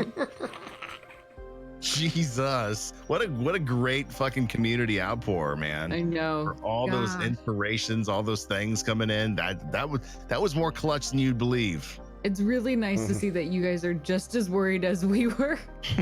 I was telling Mudcat on the way back, because we were talking about, what we're doing next week. I thought, I don't know if we're going to be alive to play next week. Every time we play, I always wonder if I'm ever going to see Hister's avatar fully colored in. Nope. Oh my god. Can you pass on the inspiration to the artist? He's doing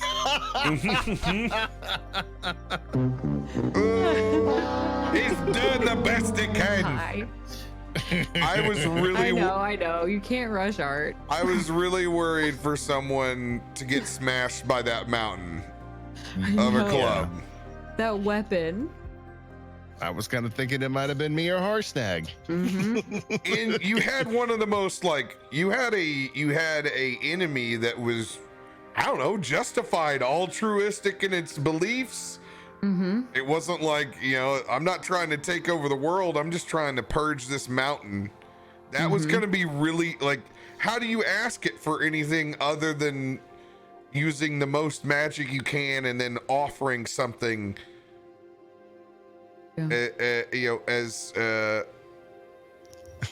Sometimes offering peace is offering something. Here's a little bit of health. Fort Man, I have not forgotten the divine intervention. It is marked on my sheet, and it will be used next episode. Ooh. 100%. But we had a lot going on there with you rolling the hottest of anyone has ever seen on Saved by the Spell. Could not be denied. No one, not player, not viewer, no one. It was ridiculous. What is your secret? What potion did you take before this? For real. He's got the code, man. He's got the code. Thank you guys for handing out all those amazing magical items. Yes. And fuck, Emery just got a fucking fat sack of gold. Yep. You're buying dinner 1,000 next gold. time. Amory's gonna buy dinner. Please. What do I need to buy dinner for? I can just change into a diplomat and get free dinner anywhere. That's true. That's never gonna come back and bite us in the ass. We'll just put it on the county's tab. Whew, never Well, go back to that town. We got half of the clunk of teleportation. Got to go get the other half now. Yeah. And where is that one at? Sky giants. That's The right. Sky Giants. My favorite ones. That means it's probably not going to be ours. They're the aristocrats of the sky. I don't know. I can see it being a much different encounter. Yeah, I'm curious. You have much information to learn about the sky giants that are not Zephyros. Nothing like Zephyros. I wonder, like, is it a high cultured society with like overly strict rules, like super fancy and societal stupidity? Oh, it is my favorite. It's like Roaring Horn times 20. Yes. Nice. That's gonna be fun. I mean, think if you're a race of giants that hover over the entire planet that can pretty much do whatever you want Mm-hmm. So they have god on complexes. clouds. Huge god complexes. God, those are the worst. And they're not the top dog. They're second command to storm giants. But they also keep everybody else down. They're And like don't forget, they're gatekeepers also of the power. ones who drop the rocks on Nightstone. Mm. Mm. Our benefit or Yeah, of course, it's for their own. They want to be numero uno. They were the That means original number one. They were the original giants to take a crystal. Thank you for pulling these out. It's true. Subs for Bel Cortana. If only. Oh, I'd love to have a dog that was partnered. partnered dog channel. I missed all of that 24/7 because dog you cam. pulled out my headphones. I'm sorry.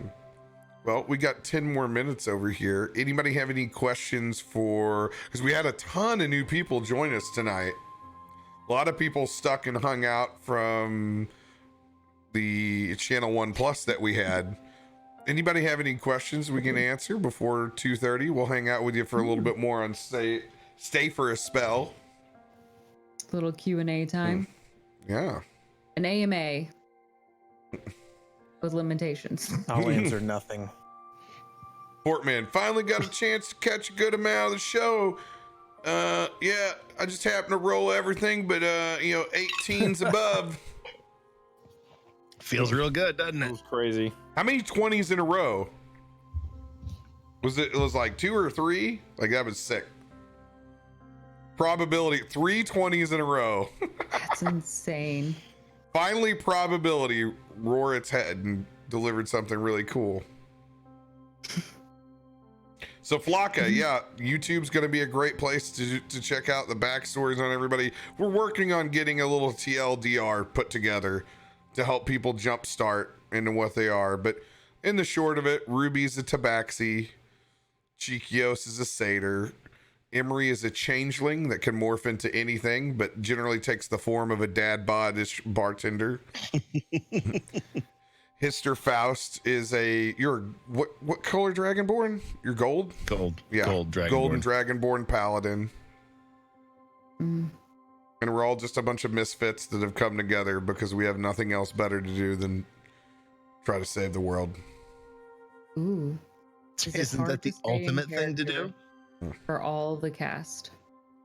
I love that we got to have this Warriors moment out of it, like the 3 characters that don't give a fuck the most. We're all Yeah. like, What do we do out here?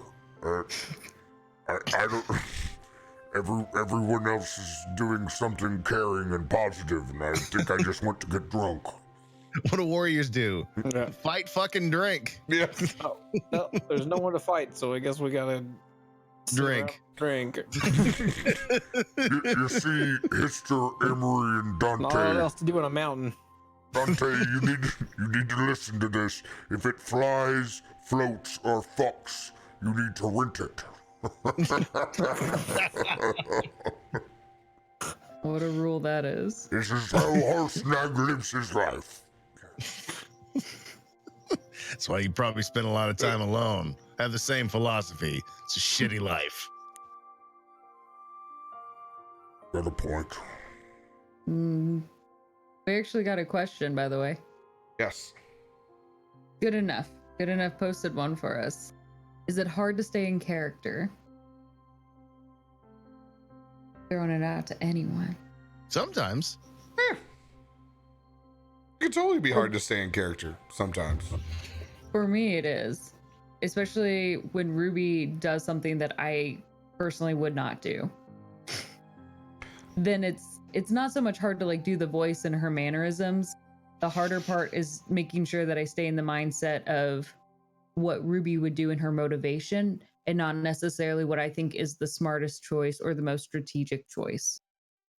It's how Ruby is in that moment, emotionally, mentally, that context, and trying to remember that because she is still different from who I am and what I would do in those situations. And so that can be hard, especially in emotional situations when you think like, no, don't run out in the middle of this freaking fight and get up close to it. That's a stupid idea. You're a tiny cat who can't do big hits. How about don't run away from your teammates and into a cave by yourself? Well, you know. I Actually, I'm look at not it. tiny, but I look at it as you know. just a split personality because I can't completely divorce myself from the character, so it just becomes a secondary part of me. So it's part me meta and it's part them, and they fight over the decision, and then something wins. That's how I've always viewed it, because you can't completely, especially with D&D, because we're going out of character. You got to remember, we're going in and out of character the entire time, the whole episode. So it's not like an actor that's going into a movie and gets to stay in character and shoot a scene. This would be like them going in and out the entire time. So that's where I believe it's some sort of little meta mixture of what you and your character would do, and you kind of fight over it. And sometimes you do more what you want to do, and sometimes you do more what your character wants to do. And it's an odd little blend. But when you're going in and out as much as we do, like, that's gonna happen, and it's okay when it does. Some people really freaking stress out when they do too much one way or the other. Like, find a balance between the two. You have to play some meta, because at the end of the day, we're friends playing a game together. You can't go and just be like, nope, my character believes this and I'm gonna go through scorched earth. Can't do that, because you're playing a game together. So you have to make compromises all the time of being like, well, even if you think your character would do this, sometimes you have to be like, hey man, I'm playing a game with my friends, I need to hold the fuck up. Burn it down. The secondary characters as well. Like, even today, thinking about what Caius would do, thinking about her motivations and how she would react in those. Like, you're not just doing the role of, Chikios and playing that dualism, but also as all of the other characters, Cicero's, Sirach, very different people, opposite. Caius, you're switching and having to do all that, and at the same time knowing how these interact and how that can play out as a DM. And I think that can probably be very difficult, because there's the outcome that you want, and as a DM, you also know a little bit more of that insight of how to get there, and you have to make sure that that doesn't influence it. That's a lot. That's hard. That's hard to do. You just don't stress it. You just don't stress it. You let it go where it wants to go. Like, if you wanted to brute force a fight in this, look at all the fun you would lose. And that's where people make mistakes a lot of times. They're like, nope, we're fucking fighting. We're gonna fight. But if your characters succeed in trying diplomacy, then you need to give it to them. And give it to them in the best way. Like, we did a lot of checks there. There was a lot of going on before it could get to that. It's very, very well could have that Chikios was gonna get fucking smashed as a tree. And it got real damn close. Had we not had some extra tools. Fortman said, each player's personal favorite D&D moment in this group. Mine's easy. For me, it was when I decided not to light a campfire and went sledding down the mountain on my shield with Nighty.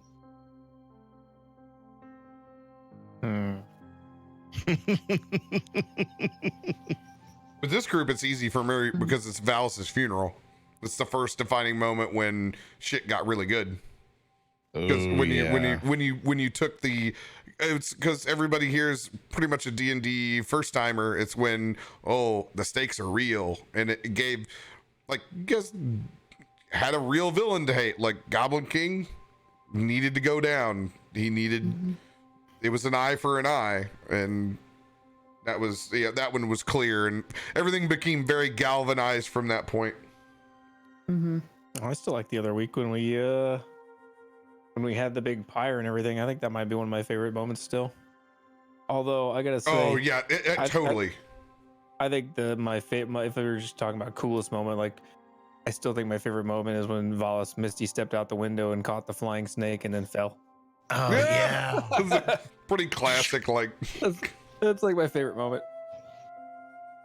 That the second pyre was real fucking good. So we were extra sauced up, had a fucking RP session. It was killer. What about you, Cossack? Misdirecting the bugbears. Favorite moment? I don't know if I really have one. I think in my mind, every time I come in here, I'm trying to always create a new favorite moment. I don't know. That's kind of how that's getting out of that actual answer, but that's kind of more of my mindset. You sure your favorite wasn't when you found the picture of the ogre child? Oh, the ogre child! Oh no! Yeah. I mean, it was a great moment, but I hated it. Didn't like how that made me feel. Nope. Oh shit! Drakenlord, the Chikios art is done by Kristen, and it's actually in the Discord. You can see the full piece of the Chikios art that she did. It's me and my face, so it's a blend of me and Chikios.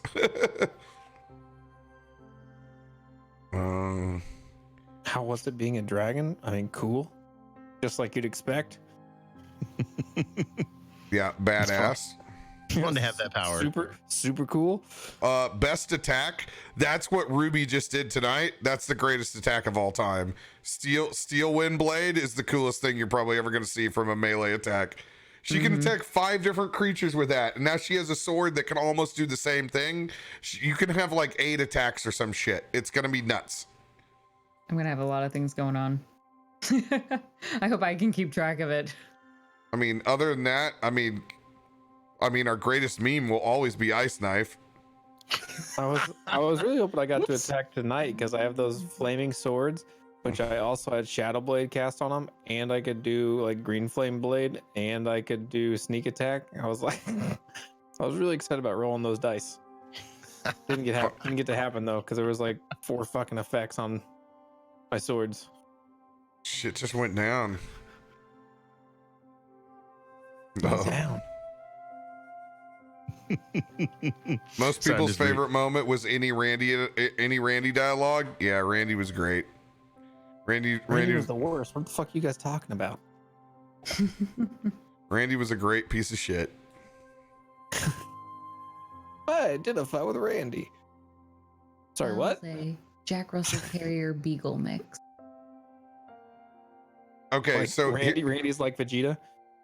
No, that's not true at all. Vegeta is so the okay. Character in the entire story. He's loving his wife. So here, me and Mudcat will give you a piece of behind the scenes. So we're at GCX in the pool.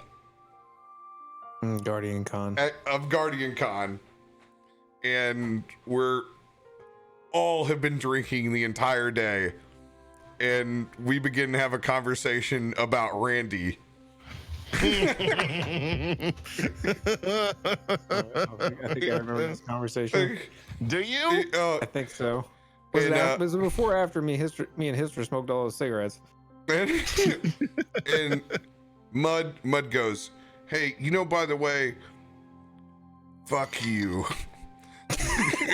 Yeah, I definitely remember that. He goes, fuck you, because I made an entire ruse that I was gonna kill Randy like a bitch.